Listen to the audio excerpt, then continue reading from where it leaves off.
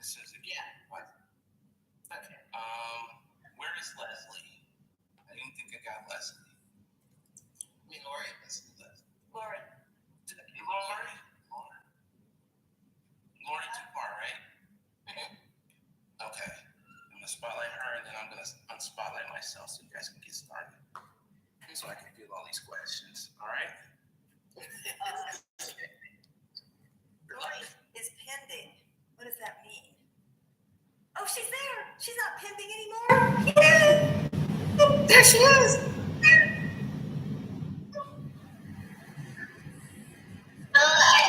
It's work. It's people. I both. Okay, I am unspotlighted. I will handle all of the inbox. How do I get F room nearby? Now, see, no, typicals will be freaked out. We're just chill, right? No, typical would be losing their mind. But we're just like, okay, we're just rolling with it. We're just going to roll with it. Exactly. Patricia, did you figure it out?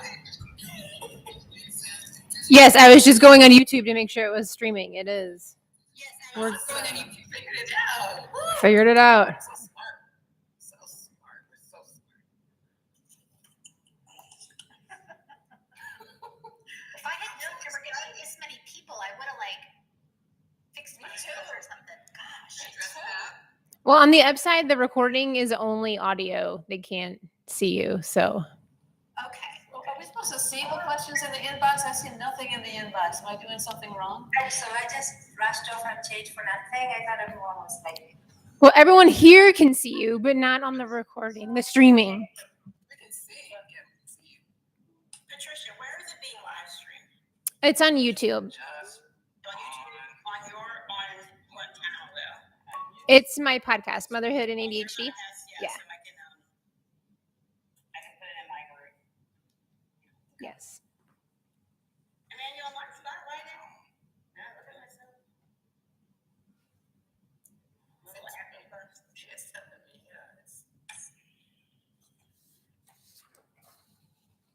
how far away?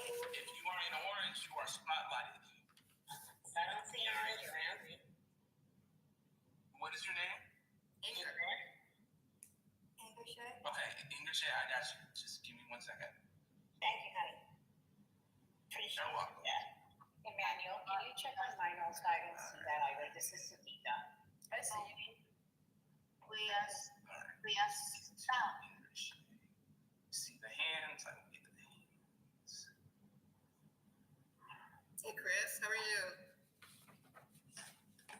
Hello. All right, that's covered. If you're talking to me, Chris. Yes, I am. Hi, everyone. Let's see. Can you hear me?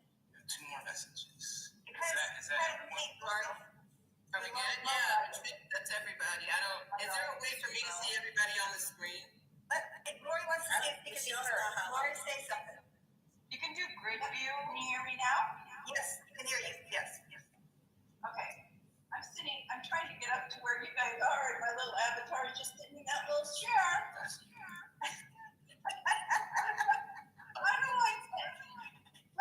I know. Michelle's not spotlighted.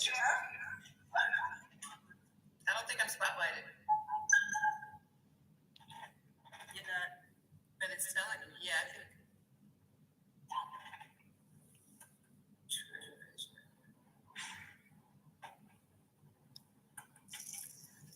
Okay.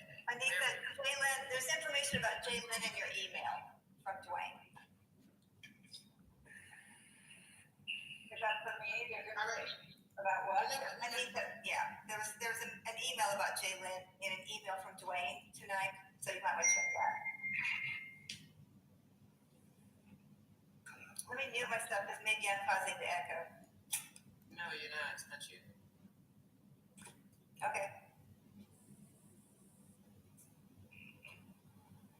Emmanuel, you're going to let me know when we're ready?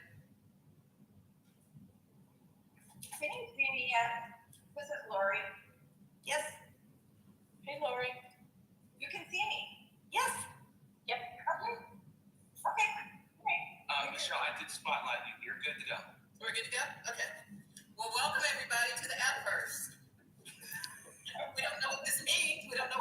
Welcome. Well, welcome.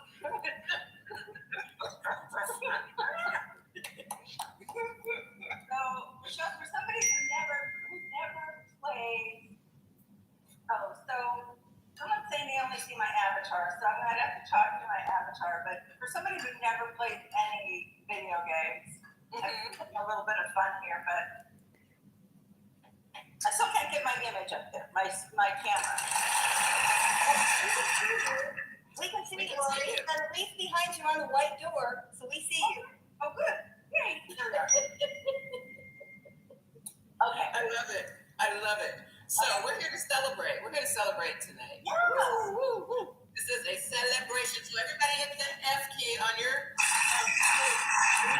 Here we go.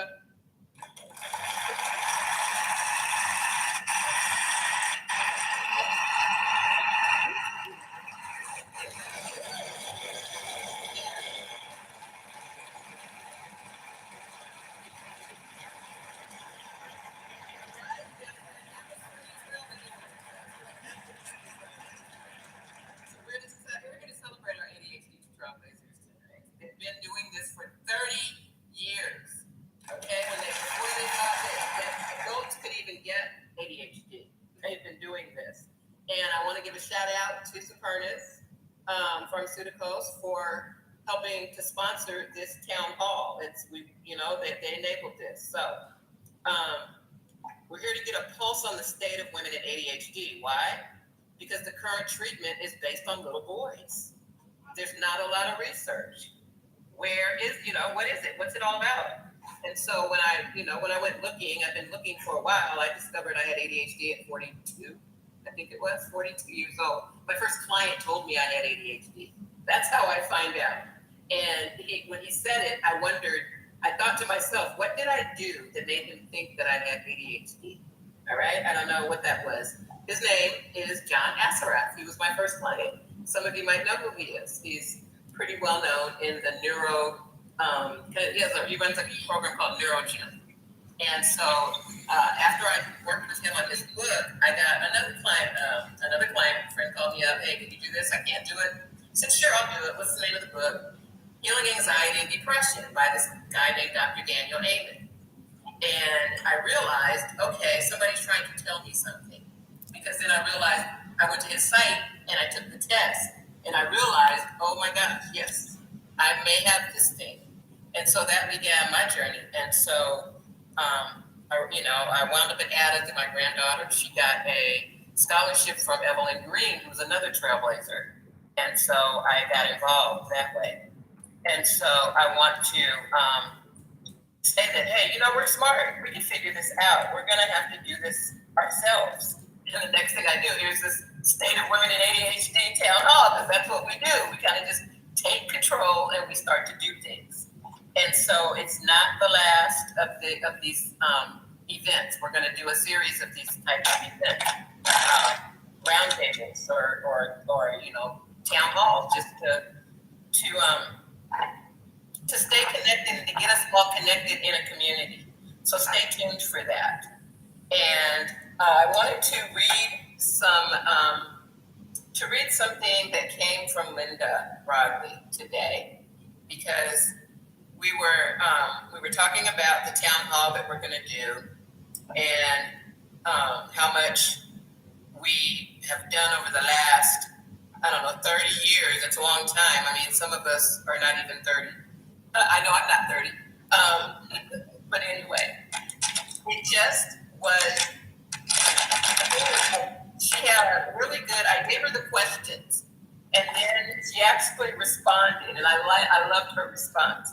And I'm going to read a little bit of it. It says, yes, it's a great time to share the progress we have made, but we will all say exactly the same things. That Sari's book opened the door, that women are still underdiagnosed, especially those with inattentive ADHD, that there is a difference between the way ADHD manifests between men, boys, and girls or women, or those with estrogen fluctuations, that more research is needed, especially around hormones and ADHD, that women tend to internalize ADHD missteps, which leads to a higher rate of self-harm and suicidal ideation. The answers are pretty well established. And what's missing is research. There's in bias in research towards males, even in animal studies, that carries through ADHD, but hormonal gender fluidity, diagnoses like fibromyalgia, chronic fatigue syndrome, polycystic ovary syndrome are barely touched in the literature. And she says, I think what women want to hear are specifics. So we decided to go ahead and let you ask away. And so the way that we're going to operate this is that you're going to walk to the podium. There's a podium over there. You can see it. I don't know where it is, but it's to your left. It says, ask your question on the floor. And if you want to ask a question, you slide over there and you go ahead and get, you just ask your question, okay? And then I want you to know that we're creating a safe space here. So, you know, it's kind of like Vegas. What you hear here stays here. And I'm looking at Brittany's screen for some reason. I'm not quite sure why. Okay, there we go. And so we're just going to open it up for panel one. And we've got two panels today. One panel is, I like to call the OG ADHD Trailblazers. They're the OGs, right? They've been around 30 years. And then we've got the BIPOC panel, which is, they have maybe been at it for 30 years, but they are trailblazing in the people of color space, Black, Indigenous people of color space, because it's really important that we get to that market, you know, to get to us, I guess is what I'll say. So on panel one tonight, it's going to start in 2 minutes. We've got Terry Matlen, Linda Roggli. Terry Matlen is distraction. Linda Roggli, she's ADDA. She does all the paloozas. We've got Laurie Dupar. She runs the coaching center. We've got Liz Lewis, who works with healthy ADHD. And Michelle Frank couldn't make it. She sends her greetings. She's on vacation. And Evelyn Green, she's an OG. She bridges the BIPOC. And then I will give a shout out to my BIPOC Trailblazers. And that panel will start after this one. And that's Shaye Colzie. That's Sudhita Kasturi and Victoria Novaro. So I would love to kick this off with, does any of the panelists want to say something? Or if you have a question, the podium is right over there, and just step up and ask your question.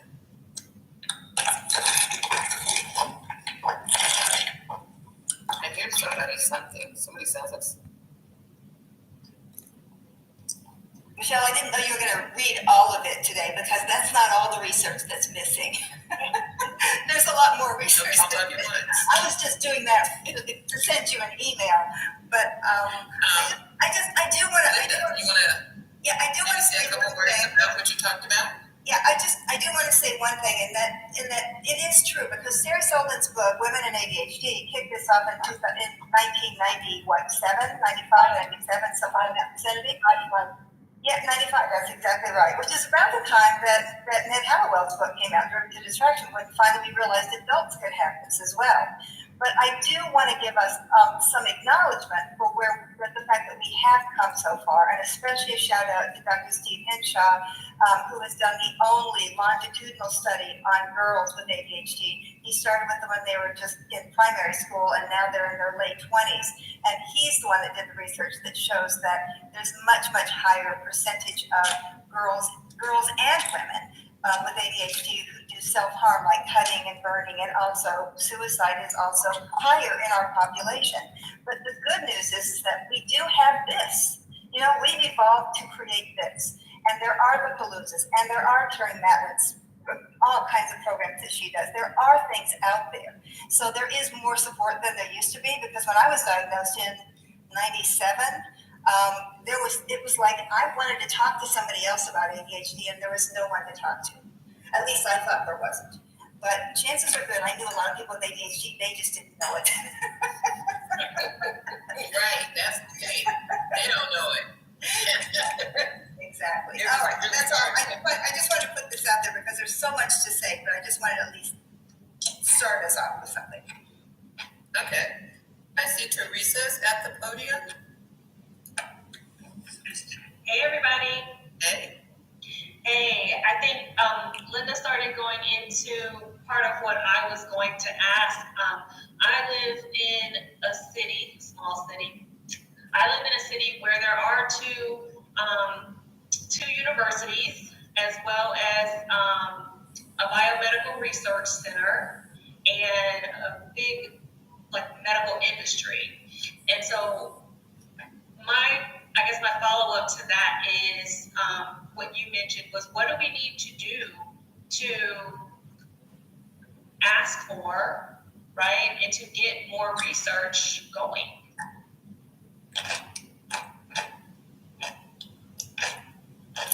Linda, I think that would be a great question for you. Well, I don't have a really good answer because you know that research requires money. And in order to get money, we've got to have, I think there are people out there who are interested.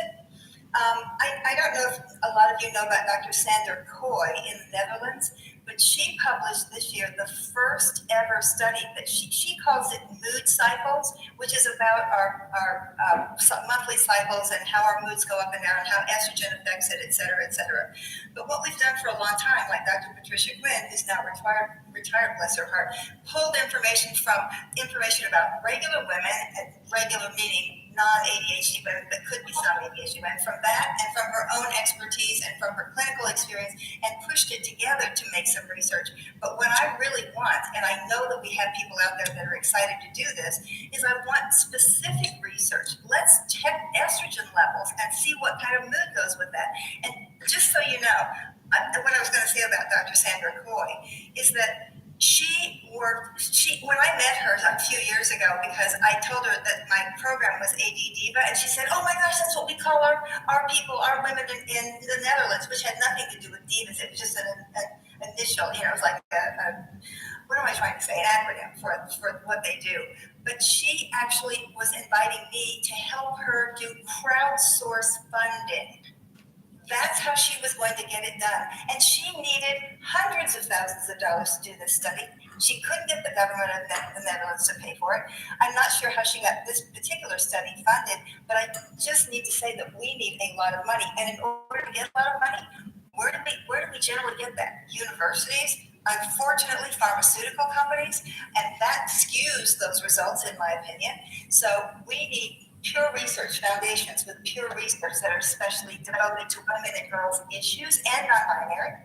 So that's the answer, and I wish I had a better one, but maybe we need to, send our NIH, send our NIMH, mental health, National Institute of Mental Health in the United States, to get our funding done. So what kind of money are you talking about? Hello? Go ahead. Oh, hi, it's Laurie. I wanted to hop in there whenever Linda was done. Yeah, go ahead. So I agree with you, Linda. Historically, women have been on certainly the low end of the totem pole with any kind of research. I mean, we look at cancer, we look at heart disease, all of that, women were studied later on. I'm kind of one, and again, maybe it's my Pollyanna nature, that is research is always behind what we know anyway. And eventually you do need research, but I'm wondering if there's a way to, I don't think it's necessarily expensive to invite people to track sometimes their menstrual cycles, to track to create tools that track those things. If you have all that data down, it's sort of like, I know you're going through the side door to get it, but once you have that data down, someone's going to go, oh my goodness, I had no idea. I want to pick that up. Are you ready? Are you ready to do this? I know that happens, and it may be putting the cart before the horse, but at least it gets us going. I would love to see research beyond just women with ADHD, but also tracking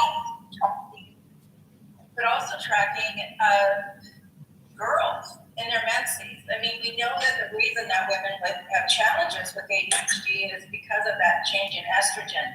That happens every month for people. It's sort of, to me, like, why are we not looking at that? And it is not that hard, 50% of the population, to have someone be willing to track their mood, their their memory, their ability to concentrate, and start getting some data. Don't depend on the researchers who we know we're not going to change right now. We're not going to go to them and say, this is what we're finding out. What do you want to know?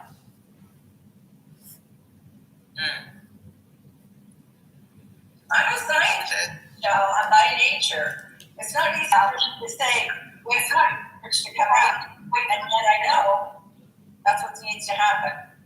Well, Roy, I will tell you that I have done a survey, and more than 2,500 women have taken, non-binary, whomever, have taken the survey of women 40 and better, and I asked 125 questions, and they were very personal questions. Have you had any miscarriages? Did you have unplanned pregnancies? When did you start having your periods? I mean, it went on and on and on. But the problem is that this is anecdotal, so I can't get it published anywhere. Well, part of it, I agree with that, the questions, but it's amazing that you did that, Linda. I think to recall vaguely that you did that. I admire you a lot for doing that. It takes a lot of commitment. I'm thinking specifically around ADHD questions and some of the mood and memory and confusion that go along with that. And it's, I'm not sure who you approached or how you went about that. I just know, and by the way, we have people in our own ADHD community that do research, that are busy supporting our profession as by doing research. So we actually have people that we can tap into to help sort of move this along. It's not my bandwidth, but I certainly can create some sort of a flyer that says, tell me about this, tell me about that, or a tracking sheet where people can track themselves. And I'm really talking about from early on. So, yeah, this is, anybody else got any other input they want to say this or get something? Thank you, guys. Can you speak if you're not a trailblazer? I may be ahead Yes, of a my trailblazer, okay. but I do have a blazer on, so maybe. So the thing is, for me, the other way that you can do this is to get students interested in our subject. It's like if you don't have the money, then what you need is women power. Yeah, it's like women hours. And what I would do, I'm a research professor too, so I think if you get students emotional enough about this, committed enough, whenever you speak about ADHD and the consequences we face if we do not treat it, if we don't educate or whatever, people are just astounded and they want to help. So if you teach them that they can help doing research and reading about this and it's like just get them as emotion to start doing the research even without money. Not everything is about money. You can do really good stuff without the money, and most probably the first things that came out on ADHD, they were not sponsored or supported by no one, and that was why they were so good. Yeah. So I think that would be something we should be looking at, just targeting universities all over the world and saying, you know what, start researching this because this is going to be the next big thing and you don't want to miss it because women with ADHD is the next big thing all over the world. So get on board, guys. Okay, that's okay. You know what? The answer to the problem is in the room, always. It always is. A research professor in our midst, and she's one of our trailblazers. So come on, it doesn't get any better than that. Dana, you had a question. Hi there. Yeah, can you hear me?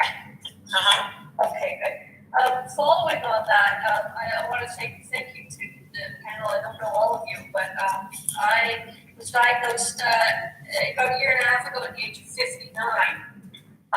And I immediately began looking at what is out there. How can I learn about this ADHD thing and learn about myself? And so a lot of the resources, podcasts, books, and websites, I appreciated access to them. So thank you for that. One of the frustrations that I have as I try to get sort of the latest and greatest, and I hope you know, is that as a now 60-year-old, and I'm not retired yet, I don't have children, and I identify as a cisgender lesbian woman. And everything I read, with the exclusion of exception of one or two books, I wanted to read on relationships. I think Anita Robertson has one book about ADHD and us that is for men and women, but it moves it around in terms of the examples of gay couples, lesbian couples, etc. So I don't see myself reflected in any of their research, and of course I'm I'm a minority from the statistical population of people. So I had a lot from you folks come before me to learn that yes, it's not just 12-year-old boys bouncing off balls, but I'm postmenopausal, so from my own personal learning, I'm less interested in what happens with my cycles, but I don't see a lot. It's very heterosexist to use that language, that all the examples are women and their husbands, and even when you look at what happens at home, and that's very traditional domestic division of labor. It's very much follows that, and so I'm not blaming or criticizing the work that's been done, but how what, am I dreaming to think that I might see myself included in publications that are in the works now, or what can you folks do that are already writers and researchers, and what can I do? I'd love to be a sample in a study, but I don't know how you go about doing that. Anyway, so that's kind of my, I'm old enough to be worried about dementia. I'm postmenopausal. I don't have kids. I don't have a husband.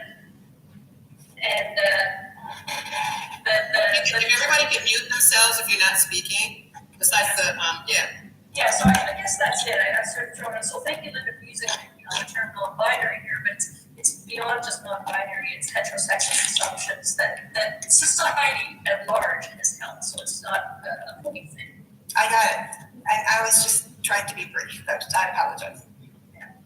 No, not a criticism at all. It's fascinating, right?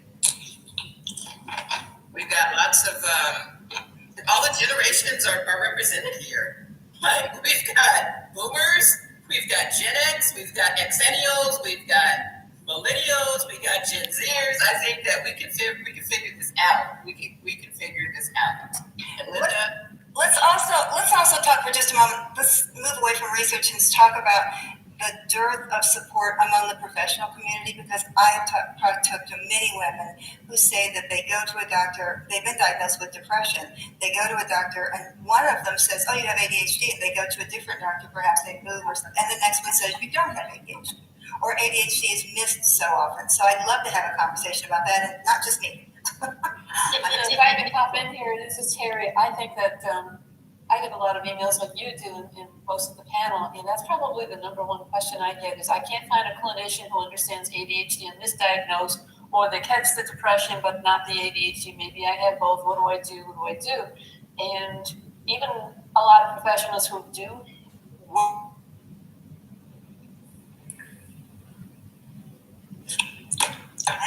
is it just me? Terry froze. Professionals, those who have no clue and those who are semi-clueless. Terry, it cut off. I don't know if it cut off everybody else. Could you repeat what you just said? The whole thing? Oh, no, just like the last sentence, probably the last. The last sentence was as a group now, I think that we need to educate our professionals, those who know about ADHD but are still clueless, and those who know nothing about ADHD and are totally clueless. This is like the number one question I get in email almost every day, and in the the presentations that I do. What can we do? Here we are, 120 some odd people, and yes, research is extremely important. I totally agree, but these are the things that I'm hearing on a daily basis. And how to get a diagnosis? An appropriate diagnosis and treatment. Anybody else? The catch-all is depression. Oh, you can't get your laundry done. You can't do this. You can't do that. Well, obviously you're depressed, and they miss the ADHD. Michelle, can I jump in here? Yes. So one of the things that I have started doing is reaching out to medical practices and offering to educate them about ADHD, because therapists are not all therapists are ADHD informed, and so that has helped them to see that this is a bigger issue than the children, even when they're working with adults. Is for them to understand that this is there and how it affects women is different than how it affects men. And that has been very well appreciated. Of course, this is my local community that I am doing it in. And it's been easier to get into practices where either I knew somebody or we had gone to versus, cold calling a practice. But I wonder if it would be helpful for all of us in our local areas to start reaching out and seeing if we can do this and explain to them how ADHD affects adults and how it is affected by gender and all the other issues that may come with that. Yeah, I think it's real clear, and that the timing is good. Clearly, what we're doing, I think we probably need to have another meeting separate from this, some type of an ADHD women's collective or something, where we can talk about this and really get really get a plan together. It seems like that would make sense. So, Margot, are you? Michelle? Yes. Michelle? Yes. Yeah, hi, it's Laurie Dupar. Hey, Laurie. As someone who's had, my background is as a psychiatric mental health nurse practitioner, and so I've had both my feet on both sides of the fence with regards to what is taught, what isn't taught in the medical community. And I'm just saying, we are beating our head against a wall to try and change that system. It's not going to happen. It just isn't. It's not going to happen quick enough. Let me put it that way. What I have realized, and it's surprising after doing this, you've been doing it 30 years, Michelle, I've been doing it 20 years, that again, as I think it was Terry that was saying, we're getting these questions of people that are having difficulty finding practitioners to be able to diagnose and diagnosticians to be able, and prescribers to be able to prescribe. The fact is, very little education is done in the medical community, and the people that are really good at it is because they've taken a personal interest in it. I truly believe that part of what we can do, and again, it's not waiting to change somebody else, that's almost impossible, is to what can we do to help educate other women. I teach a class on medication, and the reason I do that is because, again, as my background, I have that information. They're not getting it. People are not getting that information anywhere else. I've given up trying to change the medical community. I'm thrilled when I have someone that cares, interested in the practitioner. So that's, I would encourage people to think about if there's something that you're frustrated about not getting, or people asking you and them not knowing, what is it that you could put together that helps shares with them about what the next step is? And I'm truly convinced that if you're not getting what you need from one of the prescribers or diagnosticians that you're looking at, go to the next one. Yeah. Maybe it's not going to help you or them for you to hang around. They just don't know, and they're not interested in that. And Laurie, how can you tell if they're not? What is the symptom of not one of the things that we have a hard time doing sometimes is pushing, medical professionals. I worked in healthcare for 18, 19 years, academic medicine, and teaching hospital, and people would be pissed they would be so upset at waiting so long for the doctor. They're harassing me, they're harassing the staff, and they get in with the doctor, and it's, hi, doctor, and there's, we don't push. So maybe we should learn, I can see there's a lot of stuff we can do. I've been known to walk out of an office and say, you know what, my time is precious as yours. If you're more than 15 minutes late, we need to reschedule. I still find it fascinating. They don't have clocks in there. What do they think? We don't have a phone on us, right? But I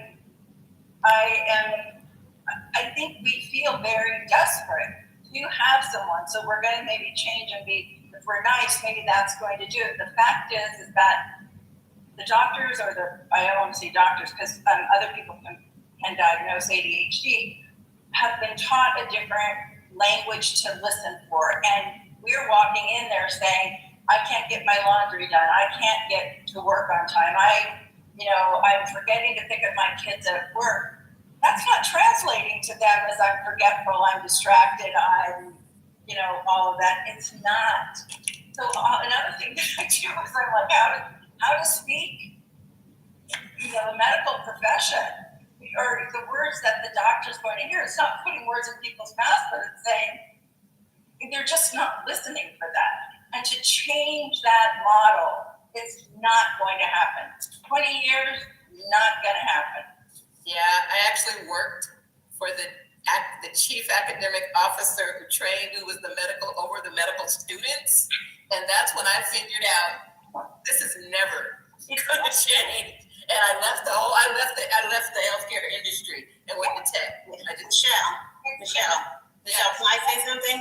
Absolutely. As somebody who's also a practitioner, I'm a psychotherapist, an ADHD coach, and I wasn't diagnosed till I was in my 50s. And what I find with the women that come to me every day is getting a proper diagnosis. As I always say, people say, should I get diagnosed? I'm like, yes, but it's a privilege. It is not a right. And that is what really makes me upset. So as somebody who is a practitioner, I don't even think we got a paragraph about ADHD, let alone it being for adults. And for the women that I know, like, they will walk into an office, and the bias that they'll get from a lot of psychiatrists, be it conscious or unconscious, is that you're already walking in, and anything that you say is wrong, as you were saying, Laurie, it's like if you're, upset because, you don't know what is quite going on and everybody is judging you, it's like then you have anxiety, or you have depression, or you're bipolar, or you're just, right? We're not going to diagnose. We're not going to give you the benefit of any type of diagnosis. I also have a lot of women who are really, really, really, really high achievers. So they have lots of degrees, they do lots of different things, and they do a lot of masking. And so when they walk into a clinician's office, no one will diagnose them because they're like, well, you're a doctor, you're a veterinarian, you're a lawyer. Yeah, you can't have ADHD. You can't have ADHD. So I, too, give language around it. I, too, try to find providers for people. And that's why, as I'm starting the Black ADHD Coaches Association, it's also going to be allied professionals. So to have professionals that we know get ADHD, adult ADHD, and are willing to listen to people where they are, and if they would like medications, prescribe it, because then there's that also, issue of not just wanting to prescribe, what that means, the way that they don't really understand how it is affected by your age, but not maybe as much as they think. So having people that already understand, I think that might be the only way to be able to get other professionals to understand, is by professionals that are like them, to have those conversations. So can I ask a question of the senior, my peers up here? So some of us have been doing this and trying to do what you're talking about, Inger, for the last 25, 30 years. And I think, Linda, you started off by saying, maybe I'm wrong, that you see some progress with maybe the research part of it. I don't remember now, but I personally am not seeing a huge leap from what I was doing back in 95 to what I'm doing now. I think I do see a change in more women inquiring about, could this be something besides depression or anxiety or substance abuse? But I'm not seeing that in the professionals so much. I'm curious to hear what the rest of the panel has to say about what changes, what have we seen in the last 25, 30 years? Victoria? Yeah, for me, like, one of the big things is social media. It's like before, like in some decades ago or whatever, you wouldn't be on the internet, yeah? This thing, this online thing, this community everywhere around is where you can start.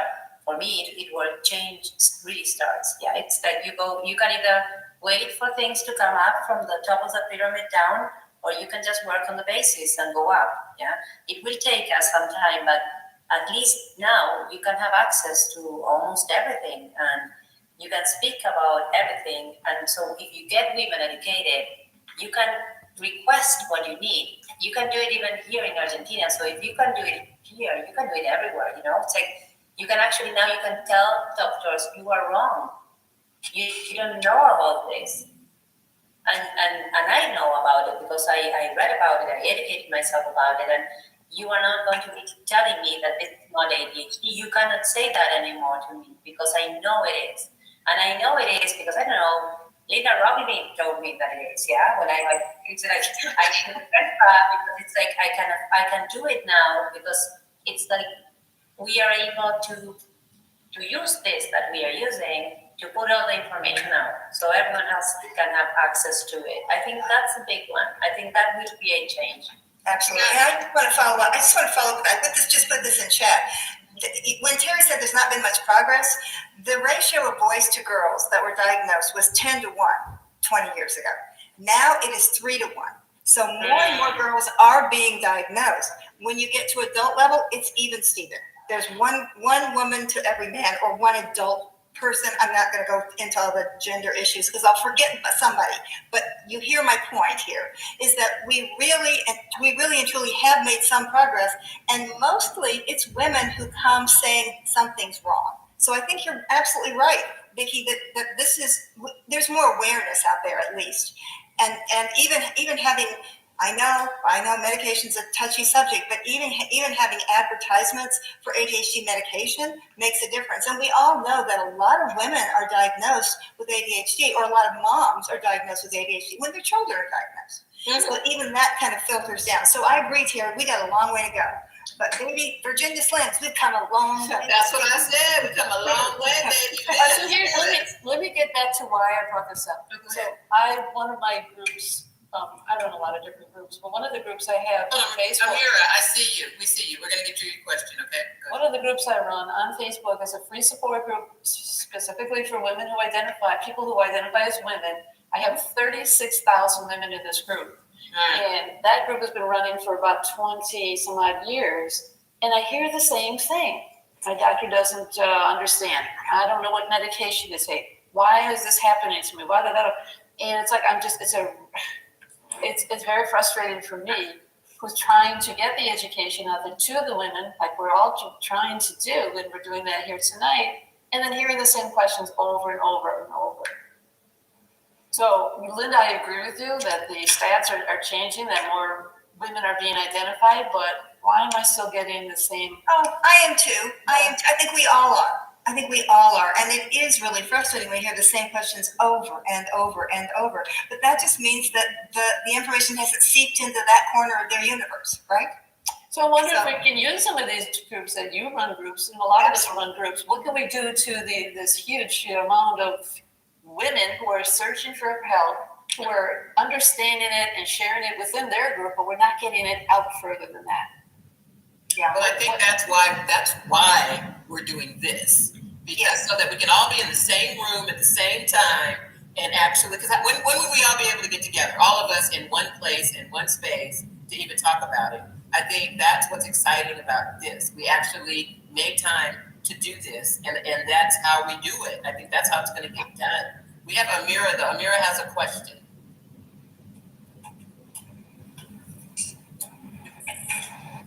Amira's also there. Have you come a little bit? Okay, sorry, my camera's not working, so I can't turn it on today. I wanted to actually, I think Linda just now was talking about how you have anecdotal data from like 125 women from a survey. I have 2,500 women. There are 125 questions. Oh, wow. Okay. So I was just wondering, I'm not an expert or anything, but I'm just wondering if perhaps, because I know I know that medical journals are a lot more stringent when it comes to the sampling and the methodology, but there are, I think, and Victoria probably would know even better than I do, there are a lot of social science journals and humanities journals that actually appreciate, they don't just accept it, but they appreciate data based on lived experience. So lived experience data from just several women, like 10 women or 20 women, can be accepted, I think, in those kinds of journals. So if you've got 2,500, that's probably something that those kinds of journals would probably be willing to consider. Although I know that if you go into social science journals, that's probably not going to help change things in the medical professions, because I think the medical sciences or the health sciences are probably, they don't really think much, I think, in general of the social science journals. But just like what Victoria was saying just now, and I think Linda as well, what happens is that in the social sciences, I think it's just really spreading. It's probably like, the next big thing kind of thing, like what Victoria was saying. And I'm noticing that in my own country, in Malaysia,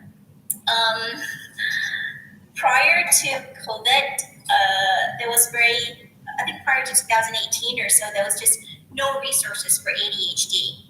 And then a few people kind of got together and started groups or Facebook groups, and it kind of grew from that. And now we're thriving, we're growing. So social media plays a really, really big role, and I can see that with the growth of knowledge and in the growth of the community and the support within that, within my country alone. And of course, most of the doctors are not really, most of the psychiatrists are not really joining that community. But when you have one or two psychiatrists or clinicians or psychologists who do join that community, their voices actually help to amplify our needs and what we're looking for, the kind of support that we're looking for. And that is really helpful in terms of trying to get a foot in the door. So I'm now I haven't started yet through my ADHD. I'm trying to write out a research proposal to request for a grant to do some research on ADHD. And that would have been something I wouldn't have considered some time ago. But now I actually have this group, this kind of, I guess, legitimate group with a legitimate psychiatrist that I can tap on and say, hey, I have external collaborators who I can call upon.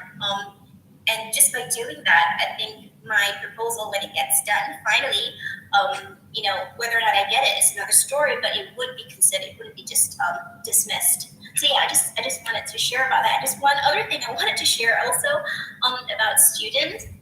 I work in a university in Malaysia, and I have research students, but I'm not an ADHD professional. I'm in the social sciences. So I actually I had two students who wanted to, I had one student who applied to do research with me, and he wanted to do some kind of study on media portrayal of Alzheimer's disease.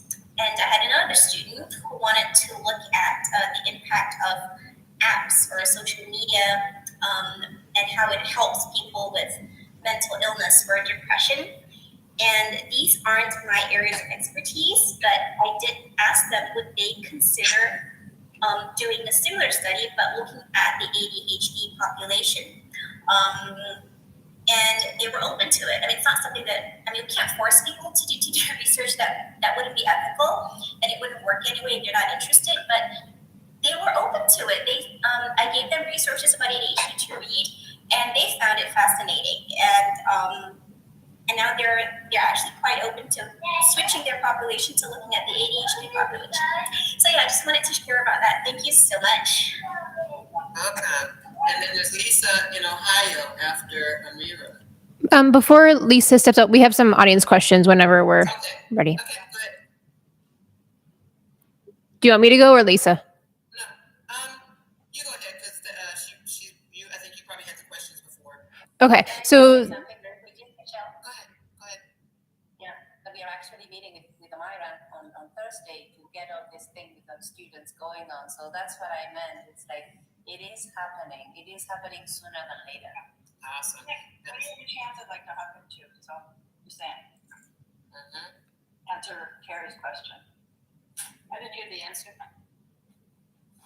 Oh, Terry asked the question about what have we noticed, those of us that have, are here because of the length of time we've been doing this. And I really wanted to go back to that because it's one of the things that is very difficult and about doing this for 20 years is that whatever the numbers are saying, and I thank you, Linda, for sharing those, that I do get asked the same questions, and it's still surprising to me. And I thought that, we started doing this, guys, before there was the internet. So I thought, oh gosh, the internet's here, everybody's going to find out the information, yay, It'll all be good.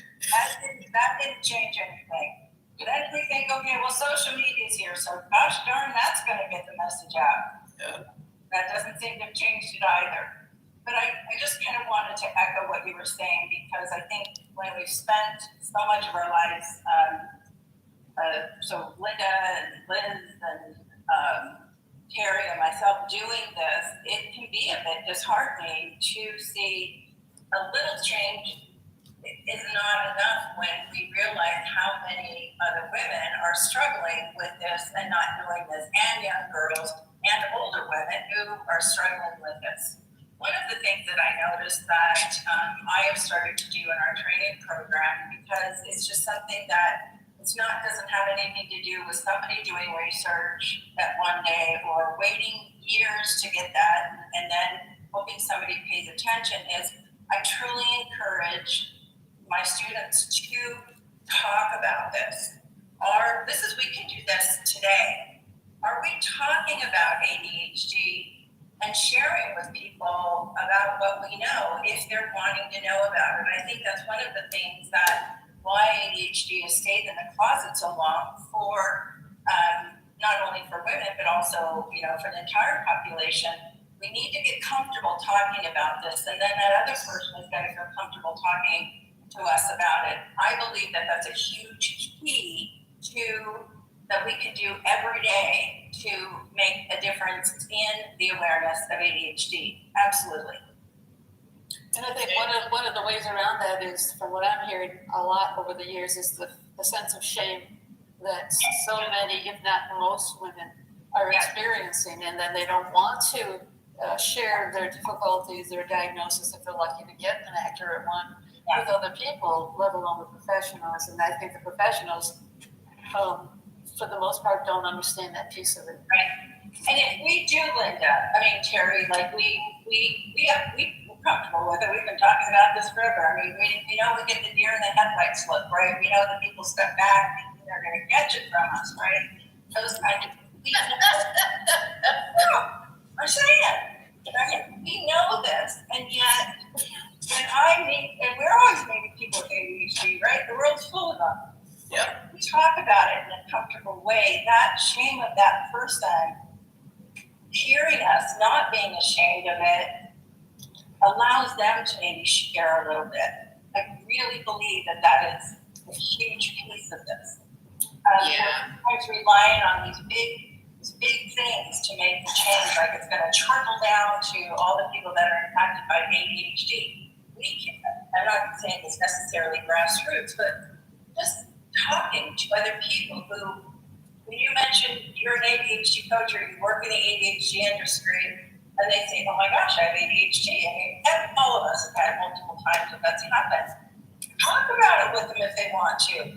That brings that shame out of the closet. So we all need to be ambassadors of sorts. ADHD ambassadors, yes.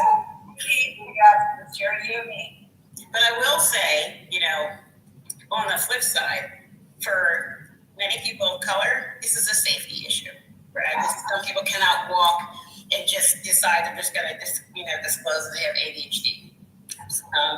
So it's just something to really look at in a way that works for everyone. I'm out here doing this, being out there showing, things that I can do, and having my group for a lot of women who are misunderstood, and they realize it's a safety issue because we're already misunderstood. And then when you add ADHD on top of it, it can really just blow your life up. Or if you're in a family where they really just don't think that ADHD is a thing.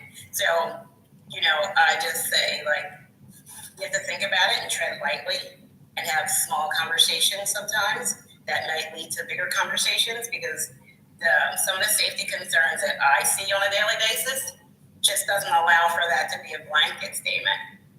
Well, I apologize if it came across like that. What I was talking about is that if somebody comes up to you and wants to start talking about it, we're all vulnerable, honestly. And if somebody wants to talk about it, I'm willing to. I'm certainly not going to open up a conversation with somebody who's not. I do think, though, that my comfort level of being able to talk about it, if somebody's wanting to explore it, helps them be able to be a little, if nothing else, have a community where they feel understood, which has been sorely lacking for them.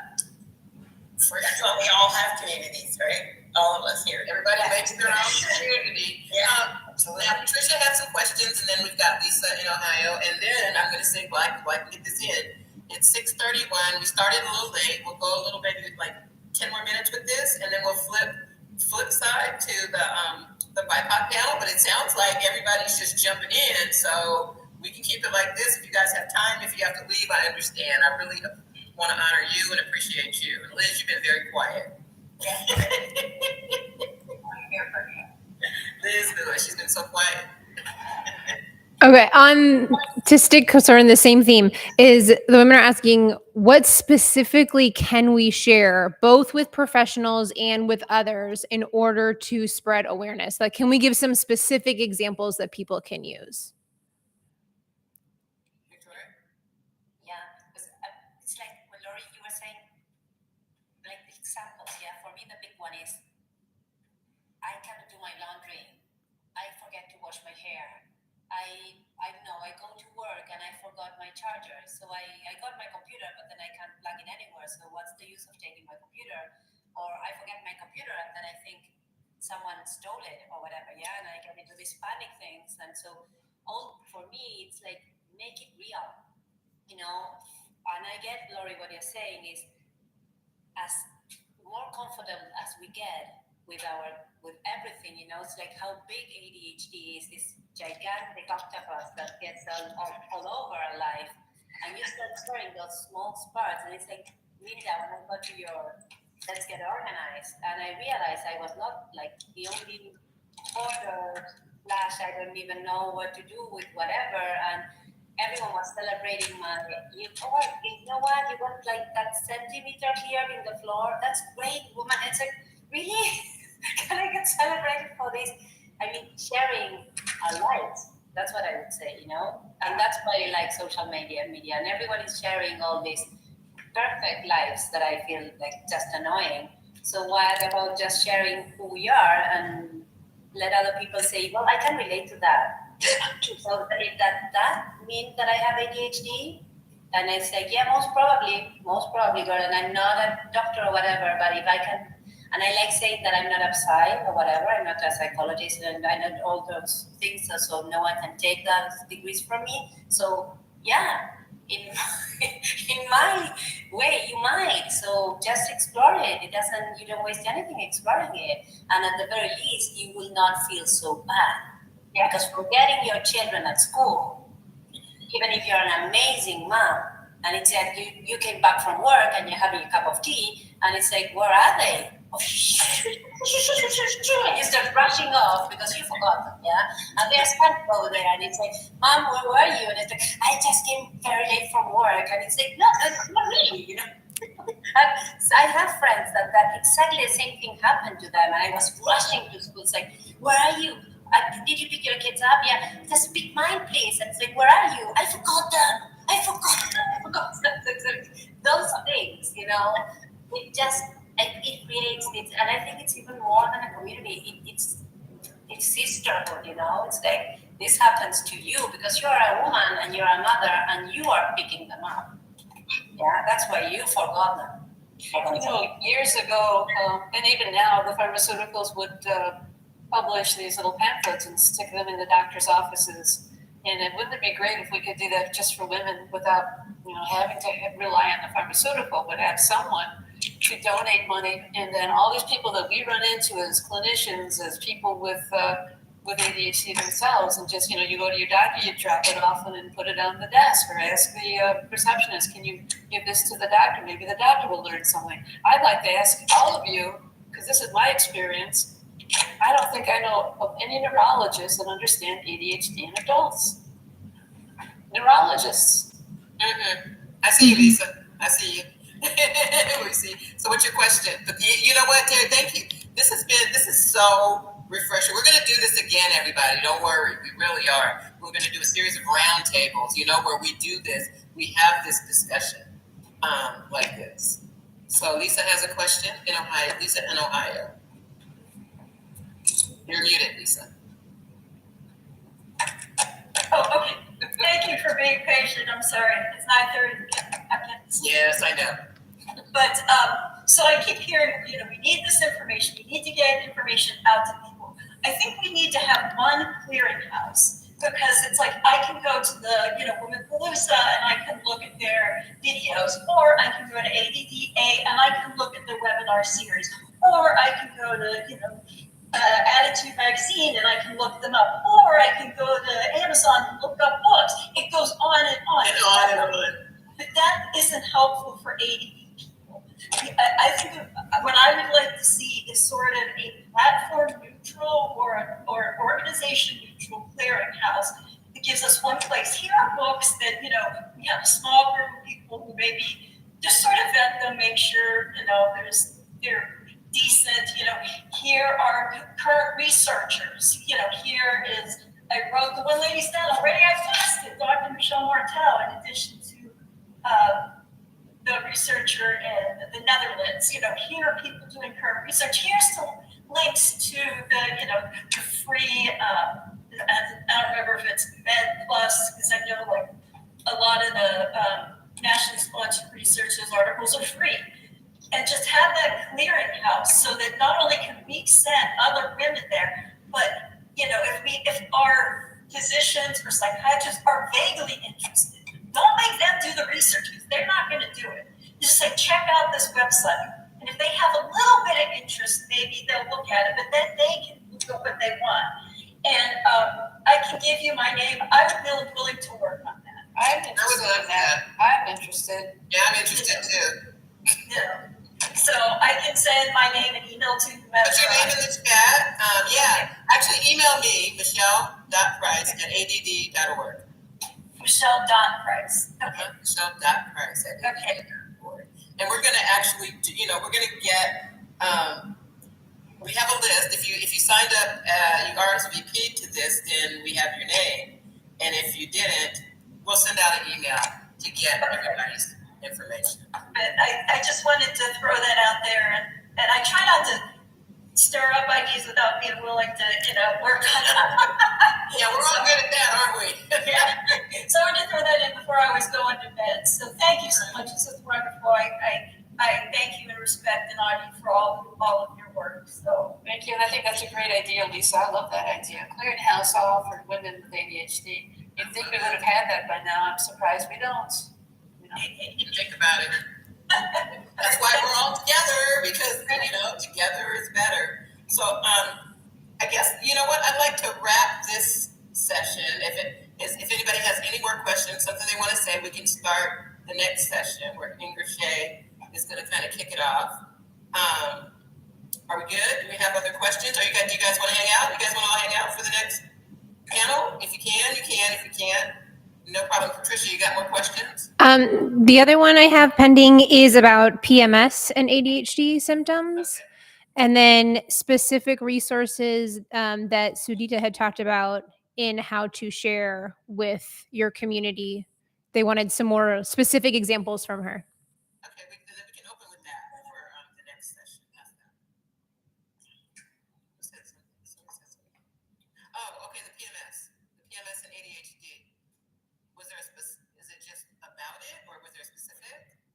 I think it was wasn't super specific in the chat, but basically, what can we do about it? How can we improve symptoms around the times when we have big hormone fluctuations? If I'm reading into it, if that person wants to put in the chat specifically if they had something. Women with ADHD are more likely to have PMDD, which is the extreme version of PMS, because of estrogen fall. And when right before you start your period, your estrogen just goes away. I mean, estrogen and progesterone hit the bottom.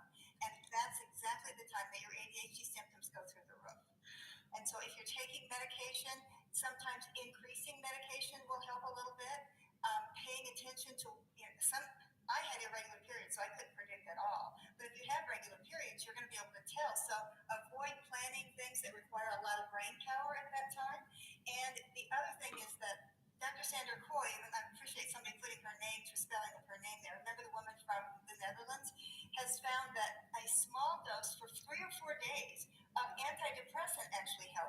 is counterintuitive because usually antidepressants are supposed to be on board for 2 weeks before they even take effect.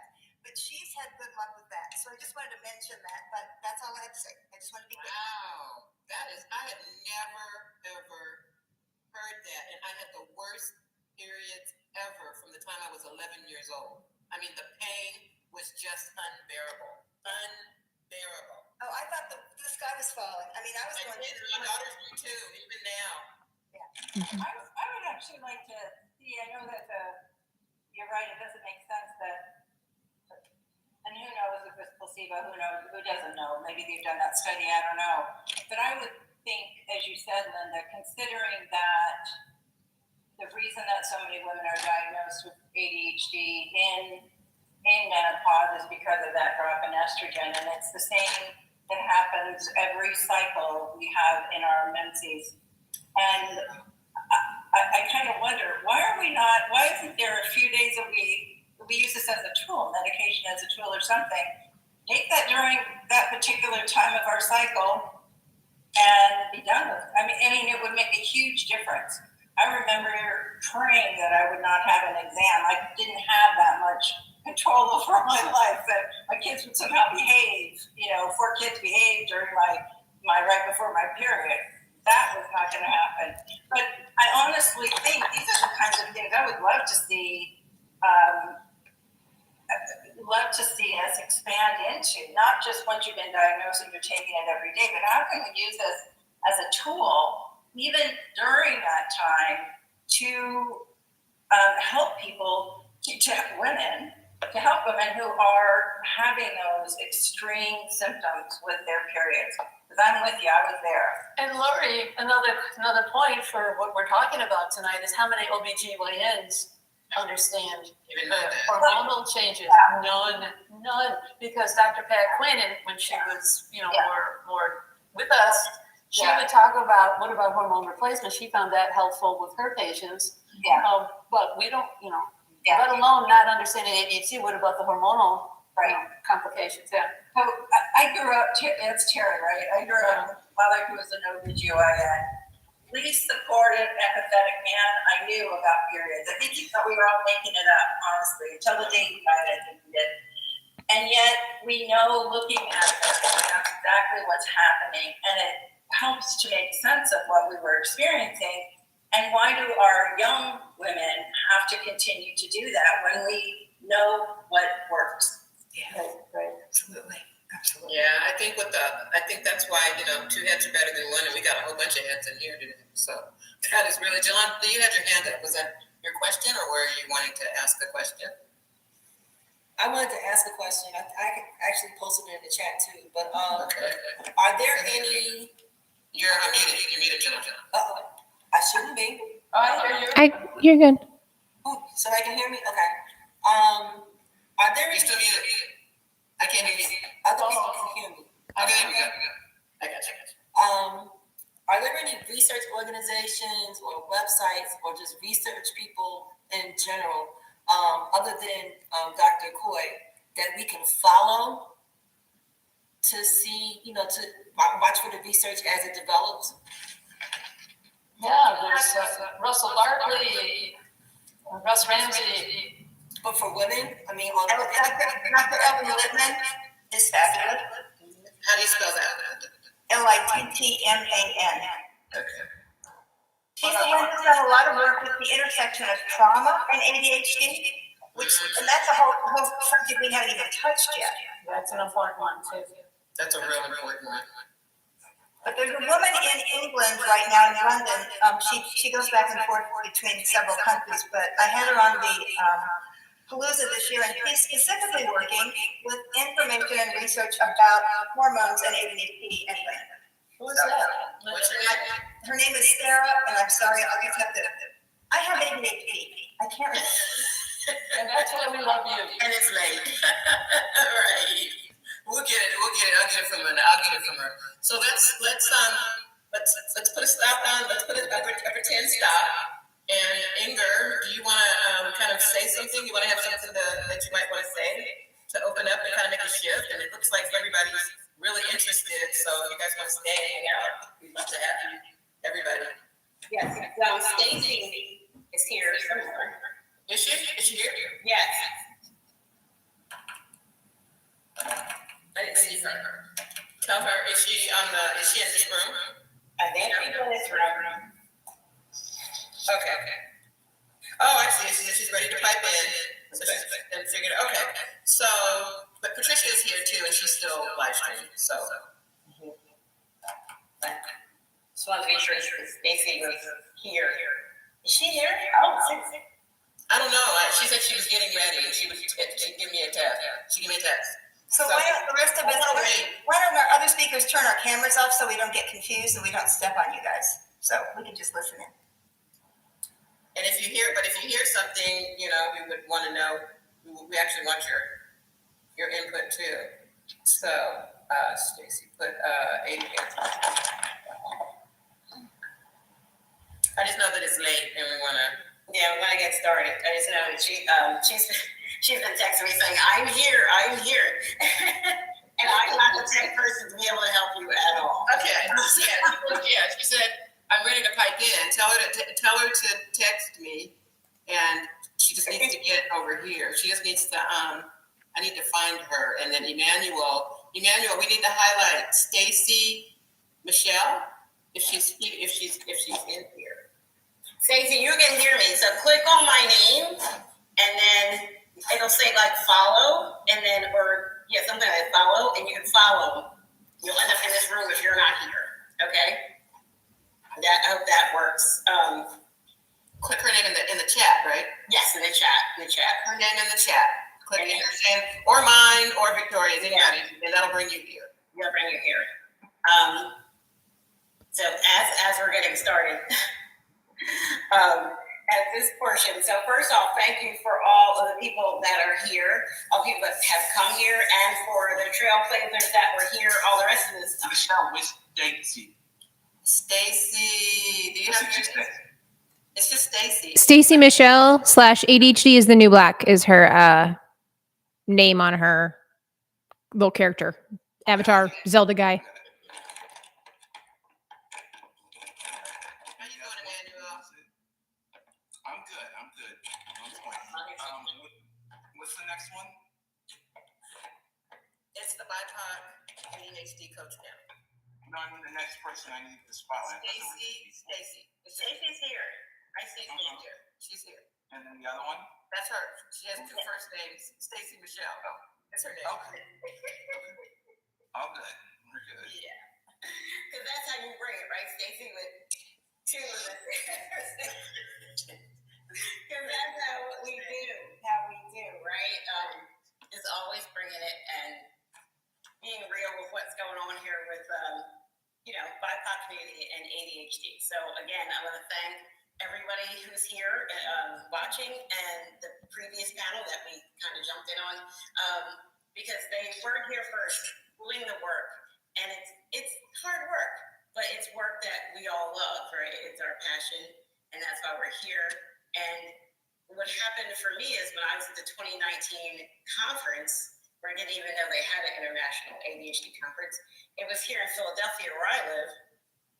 And what I noticed after being there for 4 days, and I don't know how many breakouts I had from like 8 in the morning to maybe like 8 at night, and I only saw a handful of people of color. And I was very confused. I was like, do they not know it's here, or they don't feel welcome, or like why in a city, especially in a city that has, I think, a 40% population of Black and brown folk, why there was no one there, with a face for ADHD, nobody giving any type of talk or anything.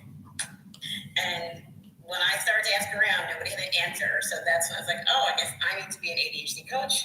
And as I started on that journey, it's like, I guess I need to figure out a way for Black people to find coaches that look like them, if that's what they would like.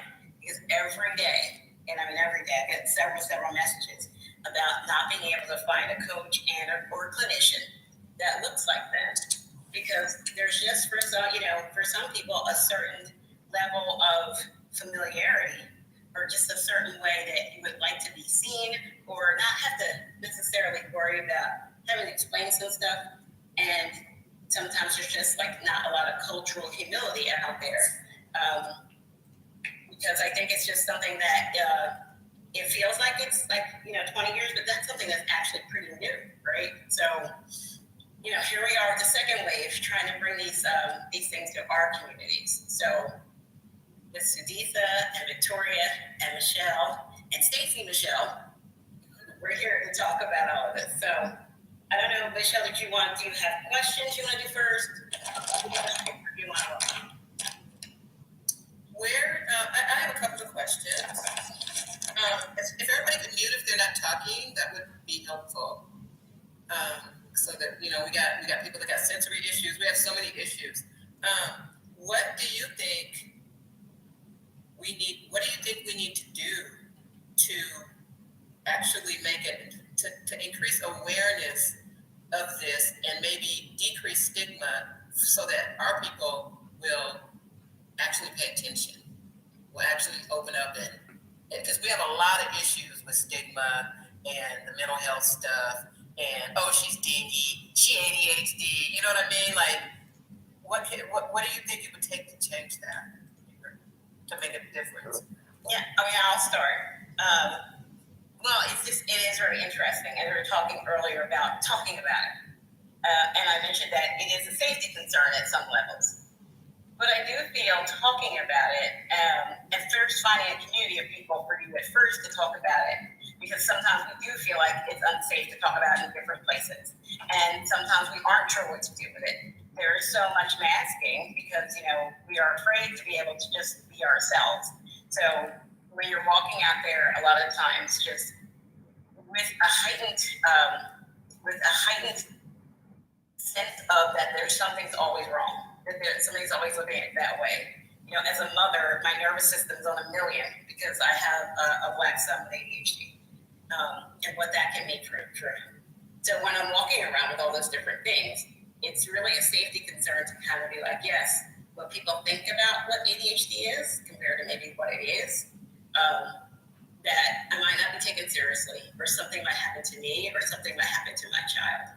So when you can speak in a community first, and feel okay, and learn some language, and realize you're not crazy, or that you're stupid, or realize that the stigma is out there, but we're going to have to deal with it in some way. Beginning to educate some of the people who, like I said, who want to know. And sometimes there's some people that don't stay in your life, right? Sometimes that happens too. But the way to be comfortable with that, I think, first is to start with community. Okay. Sudhita and then Victoria. So I want to echo some of what Inger said, that change starts with us. And if we own our own ADHD and understand and educate ourselves about our own ADHD and why, for example, I behave in a certain circumstance a certain way, then that starts a ripple effect, because then I can educate my family, I can educate my community. I know in the South Asian community, we have very strong familial and societal structures in there. So we start with ourselves and move out, and it may be small, it may be one small group at a time, one congregation at a time, one medical practice at a time. The ripple effect will show, and the ripple effect will have an effect as we move ourselves out and get a bigger and wider voice. Yeah. Victoria, what do you think? What's your...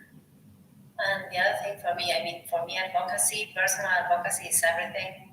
Just be as outspoken as you feel comfortable with, not forcing yourself or anything, but just stressing out both the strengths as well as the difficulties. Do it in the way that's personal to you. I use humor. We joke about this all the time. I can laugh at myself. It's not okay for you to laugh at me, but I can laugh at myself. I can make jokes on this, and making jokes or laughing decompresses what's going on. It was hard for me to realize I forgot my kids, but just being able to say to someone, how I'm not feeling so bad about it or whatever, so it's like first of all, be personal, be outspoken, and the next thing is we should be looking at what other communities did that was successful. Yes, like the LGBT, I don't know, I mean, come on, it's like impossible to say LGBT, yeah, the LGBTQIA. oh my God, okay, yeah. I have dyslexia, imagine I keep moving all those things around. Or the autistic community, it's like they did some things that we should be looking at. How were they so successful? Because, for example, for me, parents with autistic children or children belonging to the autistic spectrum were so outspoken because they had to, as opposed to us that we realized some things. I have 4 children with ADHD, four boys. It was amazing and it was such a struggle. We have to speak. We have to see what did they do to get the word out there and just, follow the model. I think that would be an intelligent thing to do. What did they do to become so well known that we are not doing? I think I'm gonna throw something in here. One of the things I think is use of the word neurodiverse as opposed to autism. Now that's kind of what seemed as I was watching this whole thing take off. That was one of the things that I saw. And I think that word has less of a charge to it for people. Okay, they can deal with that. Like a lot of people can deal with that word, and then once they get the word, you can't learn anything new unless you can understand what some other things. And so that gave it the space, I think, to be able to now you see it everywhere. So that's we are part of that, yeah. We are. We're part of that. We're part of that. We have to own our space. We have to speak up. We have to actually identify as neurodivergent, and I think that would help us. Well, and some of the things I've heard, like when Linda said about our periods, right? We have I thought it was I don't know what there has to be something going on. I mean, so many Black women have fibroids. So many Black women have these problems with you, like they call them female problems, but we have so many. Both me and my daughter had hysterectomies by the time we were 36, and so it's just if we can educate around those kinds of things, sometimes maybe that would be that would help too. So educate around the things that they're facing every single day. That they can't, so that they understand that there could be a cause for that, or there could be something. These are some of the things to consider, but the doctors just don't seem to be with it. So we really are going to have to learn how to help ourselves. Well, I think it's interesting too, like you mentioned, fibroids and things like that. There are certain things that happen for Black women and women of color, like so disproportionately, for the population, and I know that there's a bit of a link between like that and autoimmune disorders and ADHD, but there's very little research. I know for Black people, and I'm not sure, Sudhita and Victoria, how much research there is around your population. And when you talk about stigma, people in my population, it's like I am on the executive committee of Philadelphia Chat. Every week somebody wants to do a study, and people are like, no. Yeah, Tuskegee, right? Yeah, we're not. Yeah. So if you have questions, if anybody has questions, the podium is right there, right here at the podium. It says ask your questions. You can come up to the podium and get ready to do that, because I think we'll be ready to maybe take some. But yeah, that's a big number. Because it's like we need to have some studies that people are willing, right? We were talking about like people not being willing, if they're willing, but when you're a population there's a reason, right? That people don't want to be studied. But it doesn't leave a lot of room for the type of growth we'd like to see. And so, like I said, part of starting the association is to start bringing professionals that look like you. So if there is a study, you're more likely to talk to somebody that looks like you, or at least consider maybe what it would be, because they could maybe speak in your language or take the time to be able to explain some things and be the ones that are doing the studies. Because what I've found too is if somebody of color is not in the room when they're making out these studies, then they're not looking for anything that's going to benefit us anyway. So, having us, I think, be a force in different places, is going to start changing the movement. So my thought is like, let's start bringing people together like we are here, and then together we can start doing things. So if there's physicians that I know can diagnose other people with ADHD, I know they're going to go and they're at least going to get a real diagnosis, right? Because you need to know if you really do or if it's something else. Because if it's not ADHD, you need to, deal with that. But you'll get one. They won't just dismiss you. And then, that could have a movement because it's like, oh, if I see these other clinicians doing it and they're okay with it, then maybe some others will, right? There are other Black coaches around and they can start seeing all the people that I have on a wait list. Be able to get them coaching to then, be able to deal and manage and lean on their strengths of ADHD. Then that can start a movement because more people have ADHD than I think any statistical data is saying, especially like I think the pandemic, for anybody who's masking real hard, like that went away. And so when people start seeing other people doing well, you're like, I want some of that, right? So, but to me, that's the cycle we need to kind of move in. So that's just where I fall on it. Patricia, I keep seeing your hand up. Do people have questions? Is there a question? Not yet, no.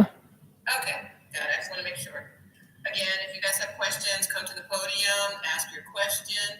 We did have the one from earlier about people asking Sudhita for specific examples of what she shares. Oh, that's right. Okay.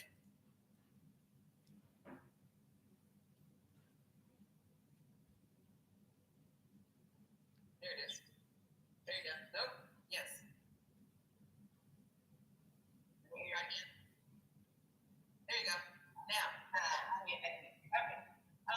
To answer that specific question, what I did is I put together a small presentation about my own journey with ADHD, how I was diagnosed, and how my teen years went. There was Everybody mute.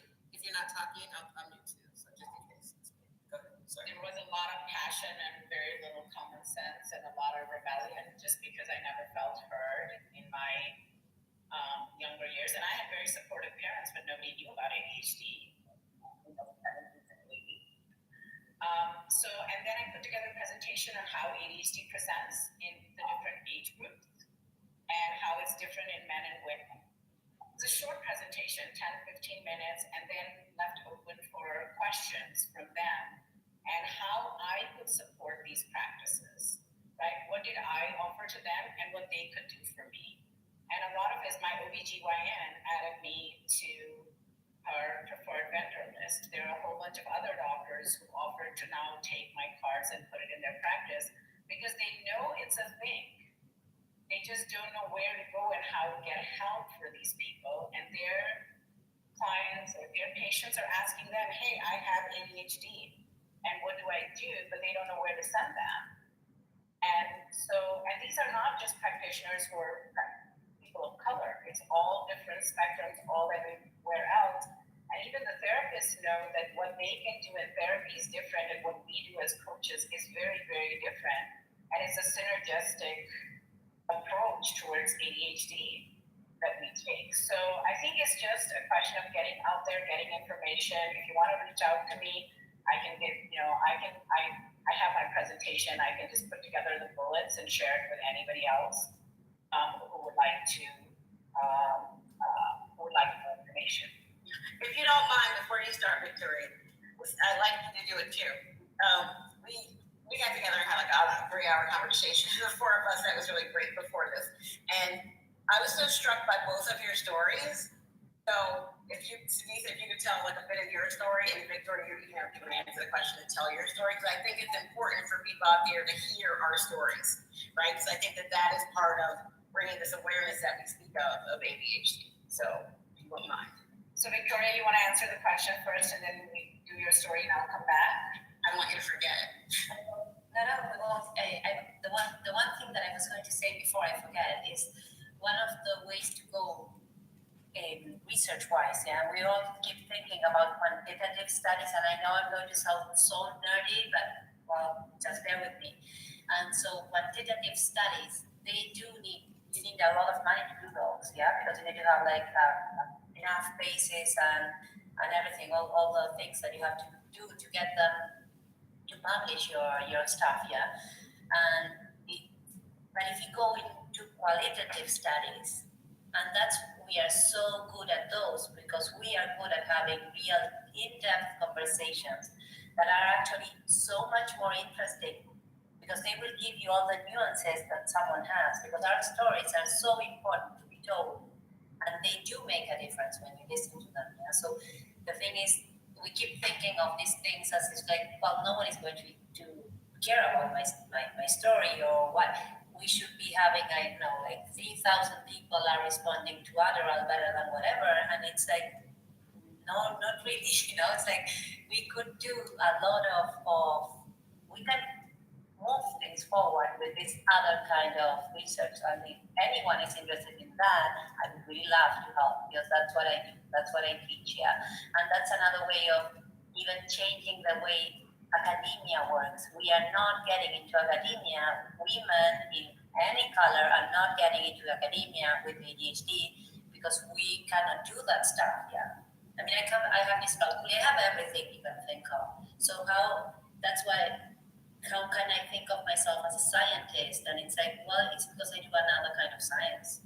Yeah, I do some science that is so much. It talks to me and it talks to a lot of people. So my story is I live in Argentina.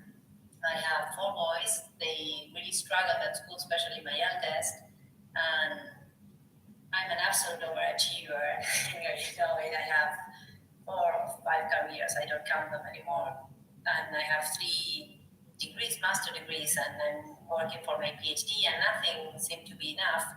And my children gave me the answer, yeah, that they have dyslexia and ADHD, and it's like listening of what was it, you know, like the characteristics and everything is like, well, that's me.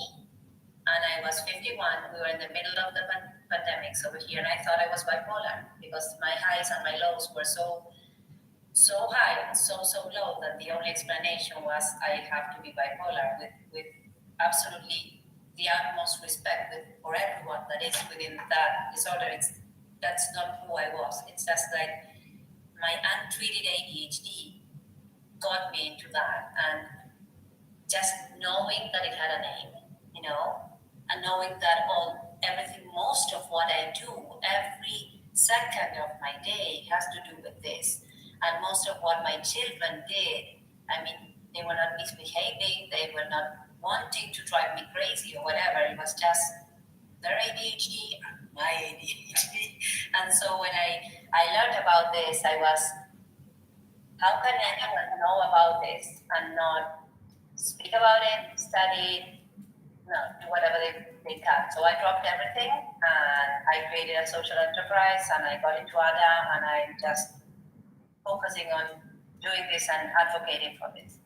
I hope that's what you wanted me to say. That was great, right? And I think that's really important. What always strikes me is it's like we say what we can't do versus what we can do, and how many degrees. So many people I know, like, you know, how many degrees and PhDs, and still there is that part inside you where it's like it's never enough. So where that kind of shame just seems to always hit. And I think a lot of things that have just gone on in our lives, you know, with women of color, I think that's important to know. And Sudhita, you're not on my, I don't know. Oh, there you are. The screen keeps moving around. You tell your story too. I just think it would be great for everyone to hear. And then Sarah, I see you. If you have a question, we'll answer your question after that.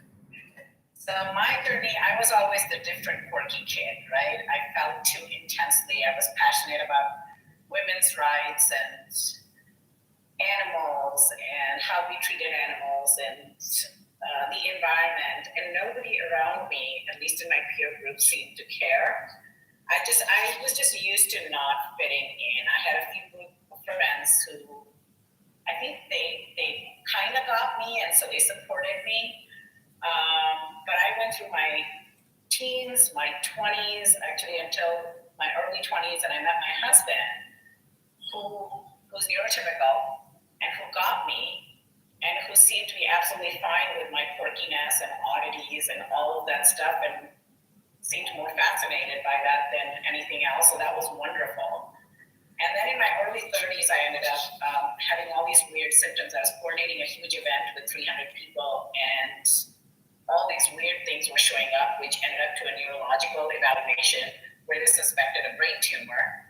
But the neuropsych eval revealed that I had ADHD. So at my house, the ADHD diagnosis was a party because, hey, it was a better option than having a tumor, right? But there was always this thing of being something missing, something that I couldn't lay my hands on. I had academic degrees, but I heard that statement that I never lived up to my potential. Yeah. I was, in some ways I was too aggressive about what I wanted to go out and get, or too ambitious, but in some ways I was lazy and non-ambitious. And so there was all this stuff that I was dealing with that I didn't understand. Then I became a homeschooling parent, and so there's me with my ADHD, 2 boys with ADHD, and we're trying to get school done and get these kids moved along in the grades. And I'm teaching science because my background is molecular biology and chemistry. And I'm teaching science to the kids, and it was wonderful to create the classes and have all these interesting questions, but grading drove me crazy because it was the same question. I had to look at 10 different answers, the same repetitive information that was very difficult for me. And, we didn't know my boys had ADHD at that time. You'd think we'd suspect that with me having it, but I think somewhere I hoped that they were more like my husband and not like me. And we eventually, all of us got our diagnosis. I already had mine, they both got diagnosed. So we tell my husband that he's the diverse one and we're the typicals in the household because, hey, there's 3 of us and only 1 of him. And then coaching, actually our neuropsychologist, clinical psychologist asked me if I would like to become a coach. And I had struggled to find coaches for my own children, which is what led me to get an education, become a coach.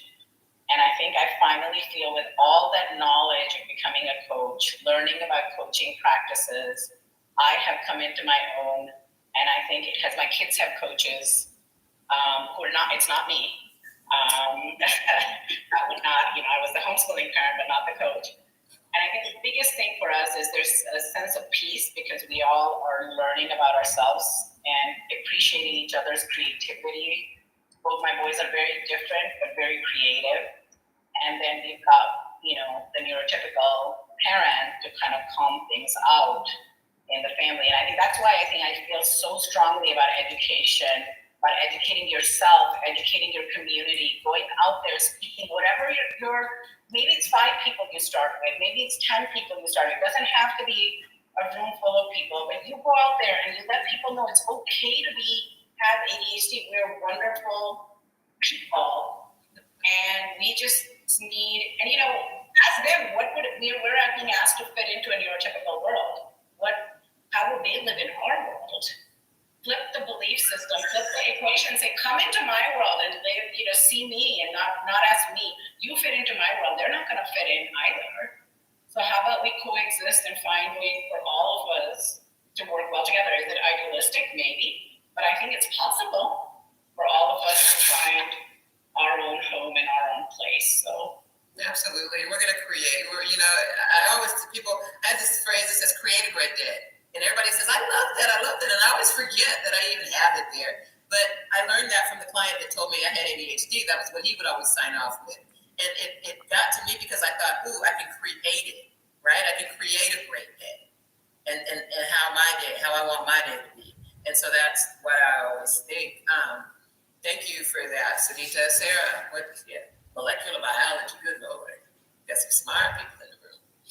Hi, can you guys hear me? Yes, we can. Perfect. First of all, I just have to say I'm so happy that I remembered to come here. I came very late. I put a million reminders everywhere, but it just slipped my mind. Okay. So I just wanted to preface this by saying, funnily enough, I'm a neurologist. And I am someone who practiced medicine, not knowing that I myself had ADHD. And it is I'm just so glad that I'm finding everyone. I first heard Inger, I heard your podcast, which was, I was looking for Black women because we experience life in a very different light, in a very different way. You're beaten down every day, right? get into the top residency program. I'm in the Midwest, and I am that one, that token higher, right? So I got into, I stopped continuing my residency path, and I said I needed a year to do research. So I moved into movement disorders, and I started looking at the discrepancies where almost all of the research we have in current day medicine, not only Black people, but Black women are neglected completely. I'm originally from East Africa. I moved to the United States a couple of years ago because my country was experiencing war and stuff. So I was very lucky. I already got recognized by President Barack Obama for work I was doing against female genital mutilation back home. So I was very lucky to come here and experience life in a new light. But I didn't think that coming here, being a Black woman, was going to be very difficult because where I'm originally from, we're all Black. So it got to a point I didn't know I had ADHD. And it's so sad because in medicine, in the medical books, I'm sure everyone knows this. When anyone says ADHD, it's hyperactivity, it's boys, it's them running here and there. We are not reared to like live life without being, told what to do and pulverized from a very young age. We control our ADHD. I did not know that I controlled my ADHD from a very young age. Yes, I was called a talkative and all of that fun stuff, but I was body doubling from the age of, when I was in 4th grade. My mom would sit beside me to make sure that I was doing my homework. My mom helped me through medical school, and then it was study groups, people that held me accountable. For some reason, I found myself more attracted to analog clocks because I had time blindness. I didn't know I was time blind, and time blindness was taught to me by ADDA. When I went into, I need Black women to speak to me. When I say Black women, I actually mean Black women because society, where we live right now, will not look at me empathetically when I am slacking in these places of overperformance and overachieving. Do you get what I mean? We are not given the grace that we deserve as Black women in these spaces. And I'm sorry, like my words are a little jumbled. I'm just so happy to see a lot of Black women speaking because in research, and I'm a researcher, I'm telling you right now, there would be less than 2 free papers that were solely just written to study ADHD in Black women. Our mannerisms are different. Most of Black girls become Black moms by the age of 7, 8. Especially if you're the eldest, or you're taking care of your younger brothers, and you're punished, and we punish, right? And you get to do all of these things. So when we grow, even in support groups, and this is the point that I'm trying to come to. I'm so sorry, I'm going to talk a lot. No. We love this. We love it. We're fascinated. Keep talking. But even when we go into support groups, when I diagnosed myself and I figured out that I had ADHD, because my doctors were like, my psychiatrist was fantastic. You're fine. What medication do you want to take? Because now I'm a doctor as well, right? So I remember I got into a support group a couple of weeks ago because I'm like, I need help. I'm not up to par, or I'm not performing the way I've always performed. And I got into a support group the second I told them I was a doctor, and I didn't mean, I was just introducing myself. It turned to everyone asking me questions. So what do you think? And I'm just like, but I need help. And I came here for help. Right? Yeah. And I was the only Black woman, so we're all like, and the fragility, I'm so sorry, I don't need to come here and incite something, but the fragility that a lot of other women get to, they get to speak, and the tears and cuteness and all of that. For some reason, I have too much pride to break down in front of people so easily because I've never been given that empathy or shown that how delicate me as a Black woman I can be, right? So even in these spaces where we're supposed to be safe, where we're supposed to talk, I find myself picking up people around me. My mind, the entire time in support groups, I try to make sure that everyone is spoken. I'm just a member of the support group. That's not even my support group. That's just who we are. Not one. But this is what we Black women do. Yeah. We taught this from a young age, so it's different. So when I, for example, walk into rooms and it's all male doctors of all ethnicities, because you will have people from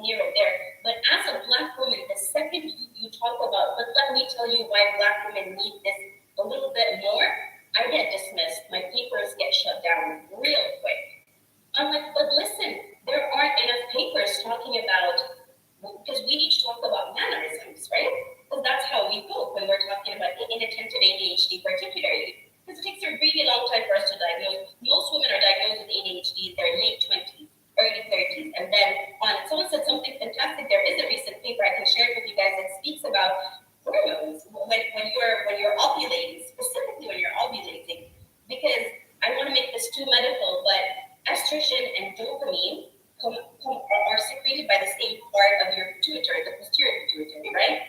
So the second there's a surge in this hormone, right, you get that surge in dopamine as well, and now your mind is on a high. You're everywhere and you're nowhere at the same time because you want to do this, that, and the next, but it's like sand falling through an open hand. You're not able to do that one task because it's everywhere, and your executive functioning is not able to, work as fast as the dopamine trigger that you're getting because you're pumped on that estrogen. But no one has told us that. And then you said fibroids, 100% fibroids, endometriosis, Black women of African origin are more susceptible, up to 25%, of getting fibroids. And your fibroids are massive, not like Caucasian or any other sort of ethnicity, because studies have proven this, right? But then these uterine tissues, they're also susceptible, they also respond to estrogen. So where did she go? I don't know. She was dropping some knowledge. She dropping some knowledge. She's moving around. She was dropping some knowledge, but I mean, these things are true. And, we're here, we're not here to make anyone feel bad or to, but the thing is, this is real. This is our reality, right? This is our reality. So it is, different ways that, you're not taking care of yourself. Where she is. Yeah, so not being taken care of or researched in healthcare, or like, why is it that, I had a fibroid the size of it was, a breakthrough, but we're surprised that I have my son, right? So it's a big deal. And but to hear that this happening all over the place with so many people, and PCOS and so many other things, I just think it's important to recognize it and mention it. So, like my daughter is saying on that point, that's fantastic. Once again, I'm so sorry, I don't mean to hog the conversation, but it's good. And I don't mean to. We're gonna have. I think next time we do this, we'll have you come and speak. Come and speak because it's really important. And I think we could get a lot of women. I know a lot of Black women. You'll get their attention if you start talking about periods and the fibroids and all of that. And I always wondered what was the common denominator in all of this. You couldn't figure out what it was. So crazy. It could if they took a little bit more time listening to you. We have a problem, and I'm talking about the healthcare system in the United States. As a human being, I'm shocked. I'm shocked at the fact that when I was put into these programs, it's like, you have 10 minutes. 10 minutes? What do you mean 10 minutes? What if I need to talk to the person longer? Sometimes someone needs to be coaxed. People are anxious. They want to speak with me, right? And I was reprimanded so many times for taking too much time with patients. But we need to get to it. Oh, yeah. It really shocks you. But the last thing that I also wanted to just leave you guys with is the unfortunate reality that the BMI is one of the reasons that Black women particularly are continuously dismissed. The BMI is an equation that was created by a mathematician, a French mathematician in 1800s, right? It has nothing to do with your actual health. And I'm not saying that you should be obese and you're going to be a healthy person. That's not true. But the people who are understudied were specifically Caucasian women by that mathematician's equation. So when a Black woman in particular, we carry our weights in our thighs and our behinds. The weight we carry, our fat is different, right? The fat distribution is different. But imagine all of us this has been indoctrinated in our minds, right? The BMI is something that is red flag. When I look at charts, it's red flag.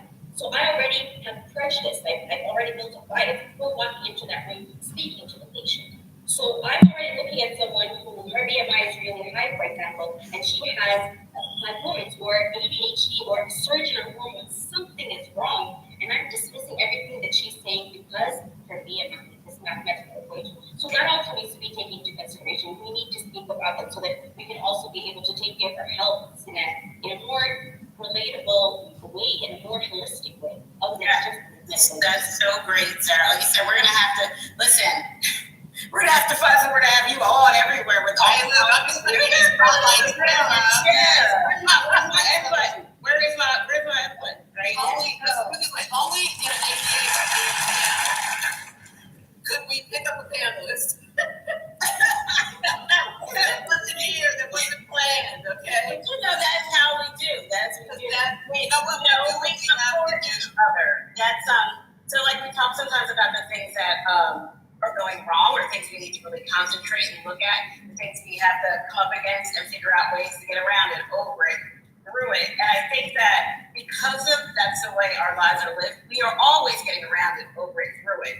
And the sense of community that we can have automatically, helps with being able to get diagnosis, to be able to find out different ways to be able to do things, to be able to, be with like that medical massage or like different things like that. And how all that though, with the emotional management piece, which is something we haven't talked about, with ADHD, right? So, that is the huge part that I like to talk about, because your emotional management is ADHD management. And we have our nervous systems on high all the time, from some generational trauma, and just like I said, the traumas of the day, like the day that they said that I was having a son, I was happy for the day, and after that, I haven't slept. I always say, whatever age you is, I'm like, it's 1 year before, because you don't sleep because you're pregnant. I haven't slept that long, because I've been worried and still worried, because, we know the things that can happen, let alone taking care of myself and things that I need to be able to take care of. It's when you feel like something's missing, which is like, I think why we have all these degrees, and trying to kind of fill that void that way, you kind of wonder like where the emotional management is. And then you have ADHD. When people start coming in these different ways, whether they need it or not, or when somebody, as you were mentioning, like you could be in a room and then all of a sudden, there's a microaggression or an aggression. But yet then I have to handle the labor of handling that and taking care of it. And what am I supposed to do? And I still have ADHD, right? So I'm going to be judged if I'm late. I'm still going to be judged if I can't make that deadline. And sometimes asking for what you need is not always going to be given to you, because we don't get that grace. And I just think that that's something to talk about. So, I know we're coming up on the time soon, but I don't know if there's any other questions, but I'd love if Sudhita and Victoria could say something to that.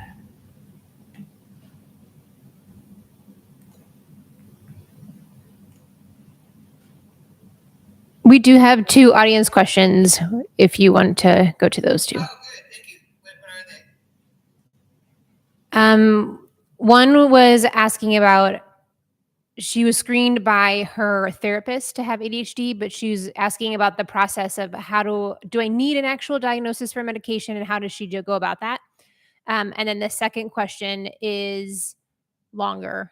It is from Connie. It says, are there practitioners here that are coming from a lens of decolonizing neurodiversity, separating ADHD traits from the Eurocentric work and education paradigms that highlight the deficits of our neurodiversity and minimize or sideline the strengths? Yeah. You want to say something, Sudhita or Victoria, before I start in? Why don't you answer the questions and we can come back after that, if that's okay? Because I think you have a thought on the last question. Those are the questions. The first one, it is an actual diagnosis when you go to a psychotherapist. If you like medication, then you have to go to a psychiatrist in the United States. So then you get a different diagnosis. So a psychotherapist and the psychologist can diagnose you, but neither one can give you medication. If you like medication, you have to go to a psychiatrist. Your psychologist might give you some testing. Your psychotherapist and your psychiatrist will not. They're going to do more of a history and talk to you. But what people also need to know is when you go to the psychiatrist, it's going to be this short visit. You're not getting this long visit. They're not going to be doing any type of therapy with you. They're only looking at symptoms to try to make decisions. And so people are always shocked, like, it was 15 minutes. It was like, you got 15 minutes.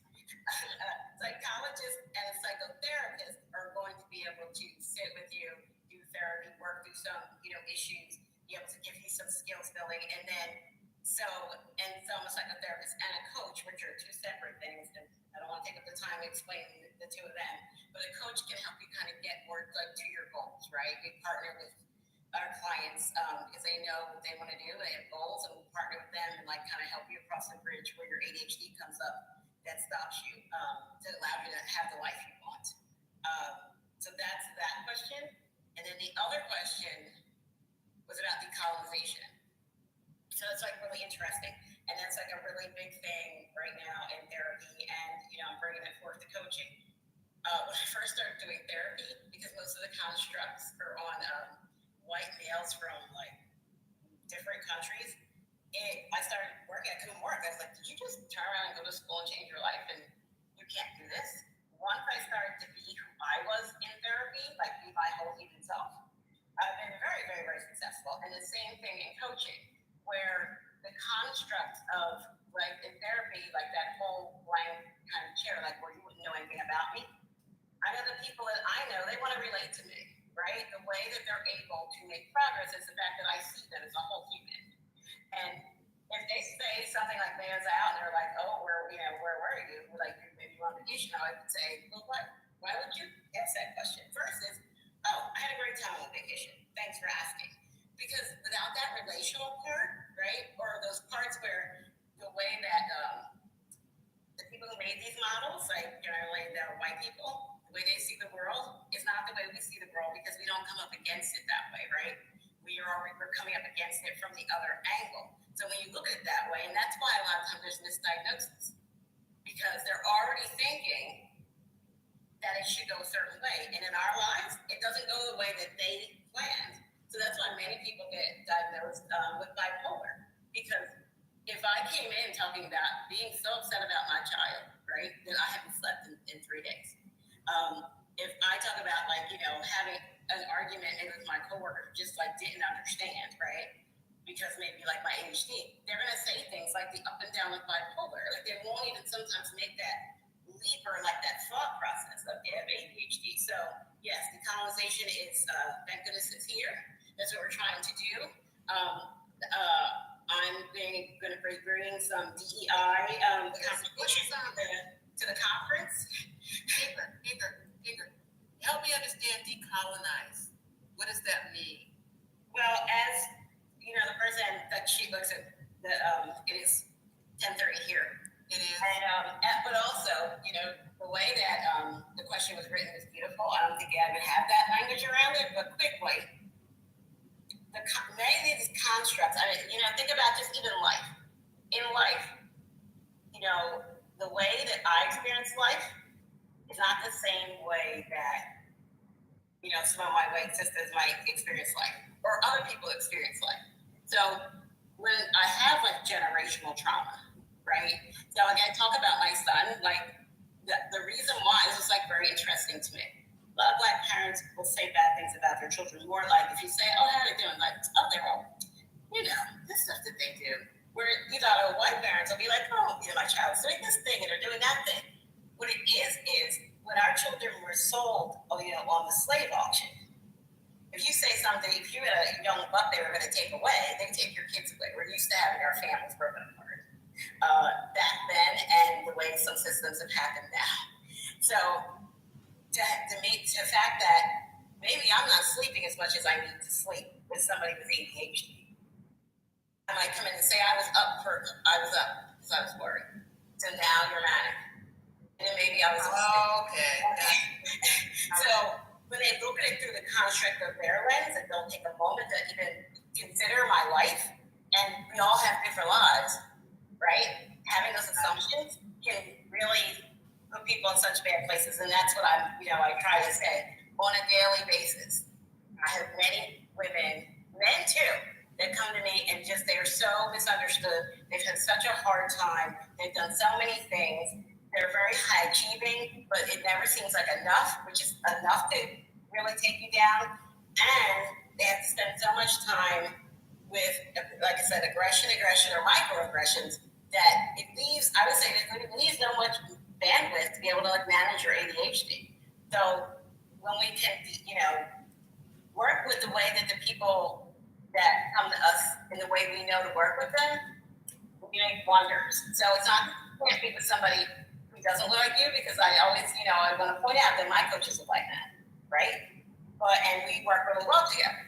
But it works for you to hear somebody that looks like you, that speaks in your language. There's nothing like it, and coaching saves lives.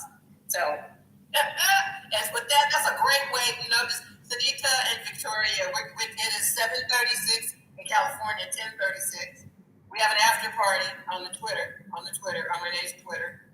I just want to be able to say something. I know I talked a lot because it's late and I'm starting talking a lot, but I want to be sure that Sudhita and Victoria, if they have some thoughts. Yeah, let's wrap it up. Patricia, did you have another question? Yes, there is one about recommendations for sleep. How do people with ADHD go to sleep with all the thoughts running around? So before we go to sleep, if I can say something really quick, I really like what Natala has to say, and I think it applies to us even more. It's first diagnosis, second education, third treatment, and coaching. Yeah, and then you will get to all the other therapies or whatever you need. But first, we need our diagnosis. We need them to be as accurate as they can be, as big as they can be. We should be screened for any other comorbidities that we have. This one is a big one, because you get like, okay, you have ADHD. What about all the rest? Yeah, what about my dyslexia, my dyscalculia, my dyspraxia, and like, wow, my list is really, really, really long. And then you get someone that says you cannot be within the autistic spectrum because you are like sociable or whatever. It's not like that. Yeah. So first, let's get a really the best diagnosis we can afford. It's the money best spent that you will get, and we will keep on talking about this, is we should be helping people get their diagnosis all over the world, so that they can get educated and they can get treatment. But I think that would wrap it up for me. You know what? Let me real quick. Ekaterina, Jolanda, Teresa, are you guys all in line to ask a question?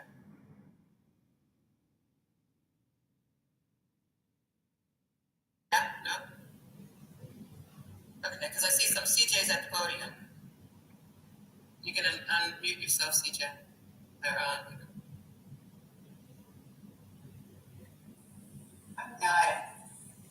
I think that I'm not supposed to be at the podium. I don't have to. Oh, okay, because you're right here out there at the podium. It's okay. All right. I just want to make sure that I wasn't, having the entire, I saw that line, looked like a line. Well, like Sudhita, do you have something that you would like to add? Yeah, I'd like to add something you said, Shaye, is how each cultural society works is very different.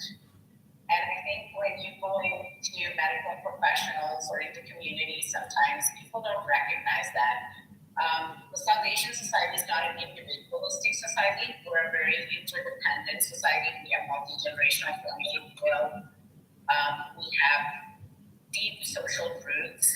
And so those have to be taken into account when people are working with us. They don't necessarily always have to look like us, but they need to understand that we have these roots and we can seek support from them. Like patient, we can seek support. If I am not good at getting on time somewhere, or I can't get all my tasks done and it's labeling me a bad mother or whatever, right?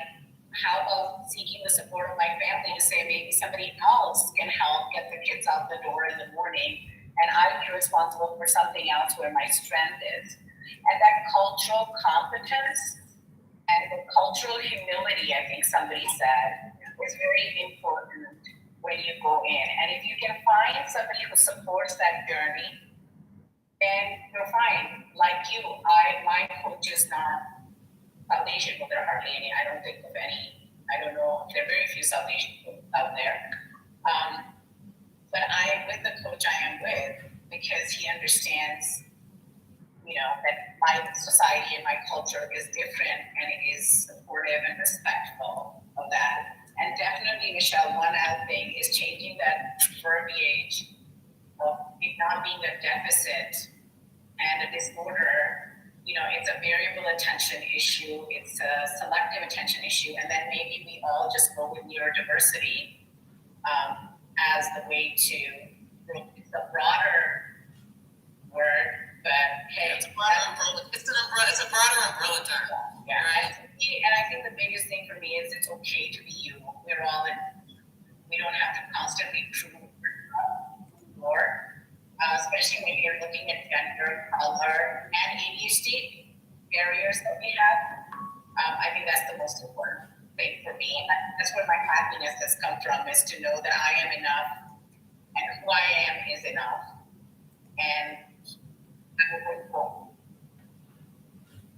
Okay. Jawan, okay, we got 2 more questions, and then we're going to wrap it up. How about that? Because it's a good thing.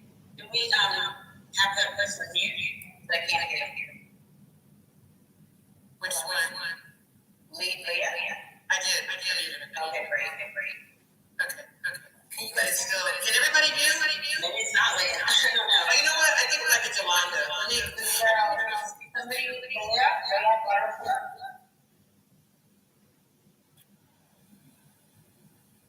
Let me know when I can talk. Hello? Yeah. Can I go? Yeah, go ahead. Oh, okay. So I know we have Sudhita and I'm sorry. Victoria. I knew it was a V. I'm sorry.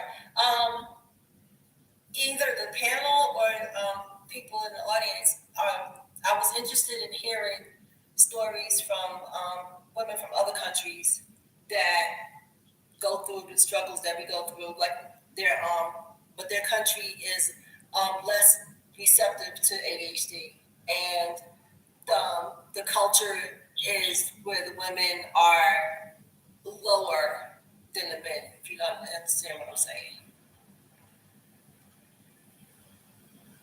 Well, do you hear the So what in particular? Is Victoria speaking? Or is it just me? I can't hear Victoria.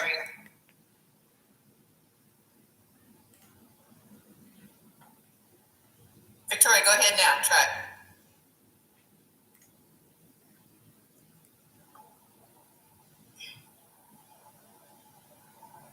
I don't hear it. Yeah, I don't hear either. Okay. Sudhita, do you have anything? I can hear Victoria. Oh, can you? Okay. Then speak, Victoria. I was getting there.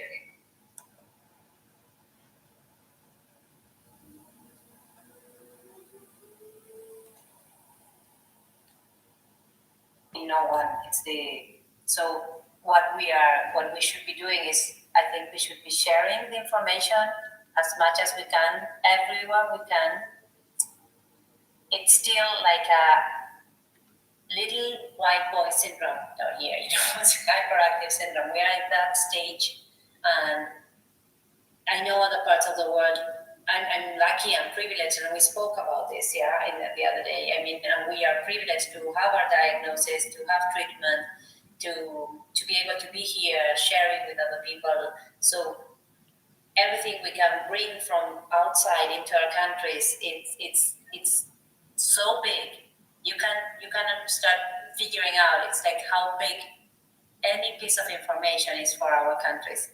So I think we should be focusing on how can we get as many people on board and in their language. Yes, I know this is a big one for me because I can speak English, but most of the people in my country can't. So we should be, speaking in their language, trying to get as much, because it's like, and the other big thing for me, it's like, let's speak of we being a market, People can profit from not from us, but we can make it a business, and then doctors will be interested. Doctors will be getting, their certifications or their education or whatever, because they will be able to live from treating us and helping us. So I think that as much as advocacy as we can say, as much as speaking everywhere we can, I think that will get us, because all Latin America, all South America, Mexico down, we don't speak about this, no?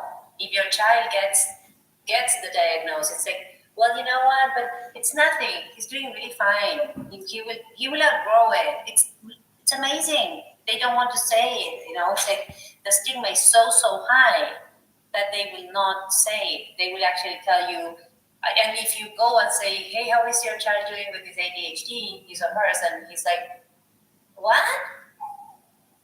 Why would you say that? He's saying, I know they've been diagnosed, It's like, my 4 children have it, so why is this such a big thing? And so I think we should be speaking about that. How can we stigmatize all this stuff? Yeah.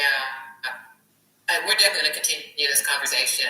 We will be continuing this conversation for sure. We've got 2 more people in line, it looks like. Well, Sarah, you back in line? Come on. Sarah, yeah.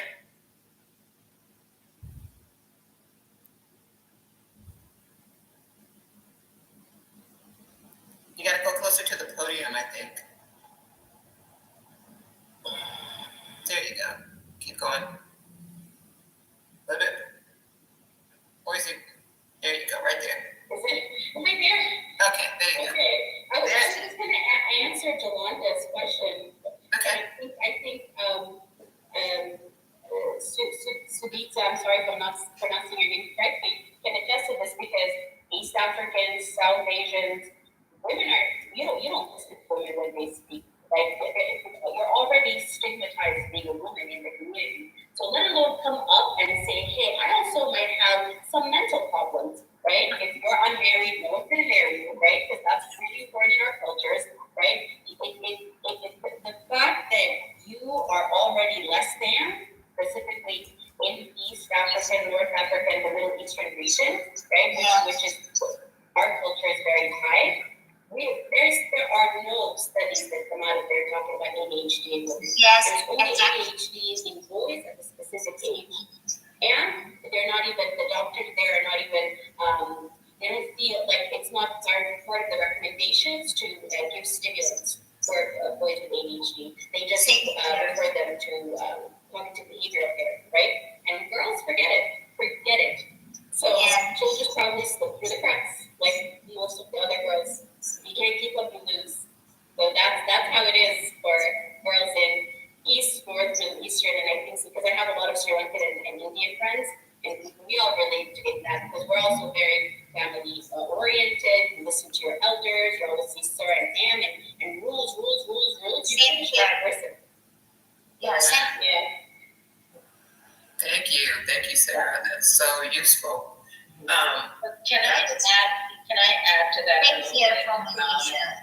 In most countries, in a lot of developing nations, the diseases with the symptoms are not even being treated for women. And then how do you look at so-called symptomless, I say that in quotes, diseases or issues. And I don't look at ADHD as a disease. It's a neurochemistry issue. It's just a different neurochemistry. It's not good or bad. And I think, again, it's education. It's going back and saying to people, that this is okay. And that's why we need faces that look like those people. It's more powerful when it comes from somebody who looks like you to go and say, hey, I have ADHD. I have been able to get my life together. I've helped others do this. Versus somebody who looks different than you or has a different family structure than you to come in. And I think that's why representation is so important in every field, definitely fields of medicine. I coach a lot of medical professionals, IT professionals, all tech people, and it's because they've ultimately hit a wall. But there's all these issues, and they say we're already working through barriers of color and gender. Now you add this other barrier in there to do that. So, Joanna, to your question, yes, there's a lot of issues for women, and I think I circle back again is one step at a time and a little bit at a time, and your sphere of influence at a time. And you being okay saying, I have ADHD, my children have ADHD. It's on my website with my children's permission that there are 3 of us with ADHD in this family. And it's genetics. ADHD is genetics. So that means it comes, and hopefully people will wisen up and say, hey, the 3 of them have it.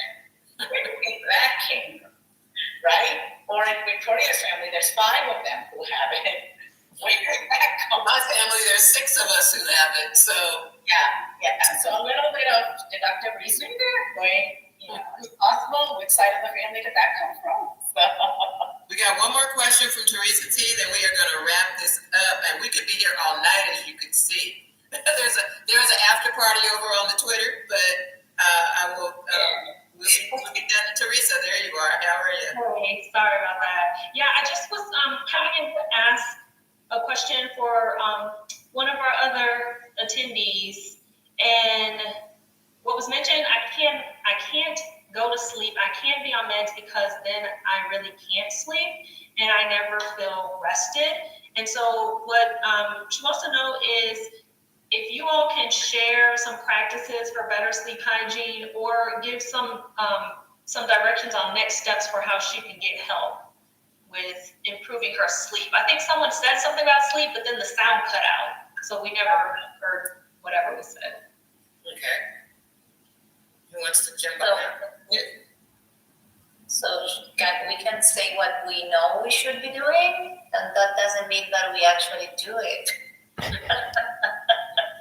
It's like, but there are some things. I mean, and I think you said the answer within. For me, you said the answer within the question. It's sleep hygiene. Yeah, you shouldn't be doing this if you want to go to sleep in and out. And it's like this thing that you shouldn't be eating 3 hours before you go to sleep. You shouldn't be working on your computer 2 hours before, and you shouldn't be watching social media or whatever, Netflix, an hour before you go. And we 3, 2, 1. 3, 2, 1. Yeah. 3, 2, 1. 3, 2, 1, and that's what Brandon Bouchard says all the time. Yeah, the 3, 2, 1, and he really supports with research that this works. The thing is, we should be looking at how does that work with us with ADHD, you know? Because the thing for us, it's all this thing, and I know Sarah can give us a whole amazing information on this. It's like your dopamine levels. You cannot go to sleep because your dopamine is not there to help you get the sleep and can stay asleep. And then you are in very deep sleep when you have to wake up. So we should be looking at those things. You know, the cycle of our sleeps is even different than anyone else's. So it's not only how can we get to sleep and how can we stay asleep. Stay asleep for me. Yeah, and I think that's a big one that we should be looking at and studying it together. I hope that was helpful, everybody. So, wow, we are 7:54. Well, here in California, it's 7:54. That means it's almost 11 o'clock in the East Coast. And even crazier somewhere in the international world, Argentina. Okay, I am so grateful for everybody here. Everybody, let's press F like 3 times. Come on, let's go confetti.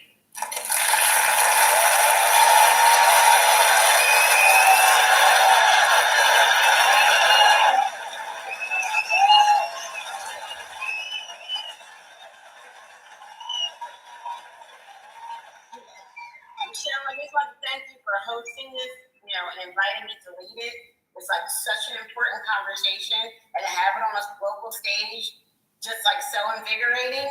And the questions are great. Thank you, everybody, for coming. Thanks for all your questions.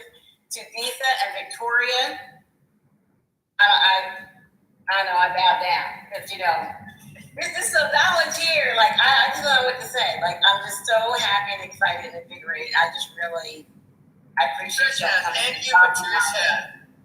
Thank you. Hold it down. You're quite welcome. Wow. You know what? Thank you for the panelists, Linda Roggli, Laurie Dupar, Liz Lewis, and Terry Matlen. Emmanuel, thank you. Emmanuel. That's right. You did it. Sarah, thank you, Sarah. Great. Sarah, go on my website. Send me an email. Yes. Okay. Sure. And everybody here,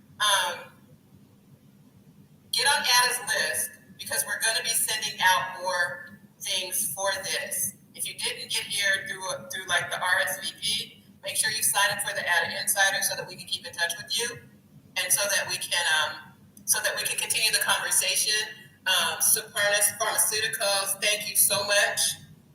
They actually do have a new non-stimulant drug that just got approved by the FDA. So we're really excited going into 2023. Like this, we're at the halfway point. It's crazy. We're almost halfway to Christmas, right? And so what I'm hearing that came out of this was we have everybody has a community here, but we can join all our communities and create like a collective, and we can literally get some research done. I believe we can get some research done, and start to amplify the conversation. That's what we can start to do. I think that we can do that. ADDA can help. Everybody has, everybody get a Twitter account because we need to be able to, get the word out. So everybody go ahead and do that. And we are complete. Thank you. Thank you. All right, everybody. See you later. Thank you so much. Bye-bye. Thanks. Bye. See ya.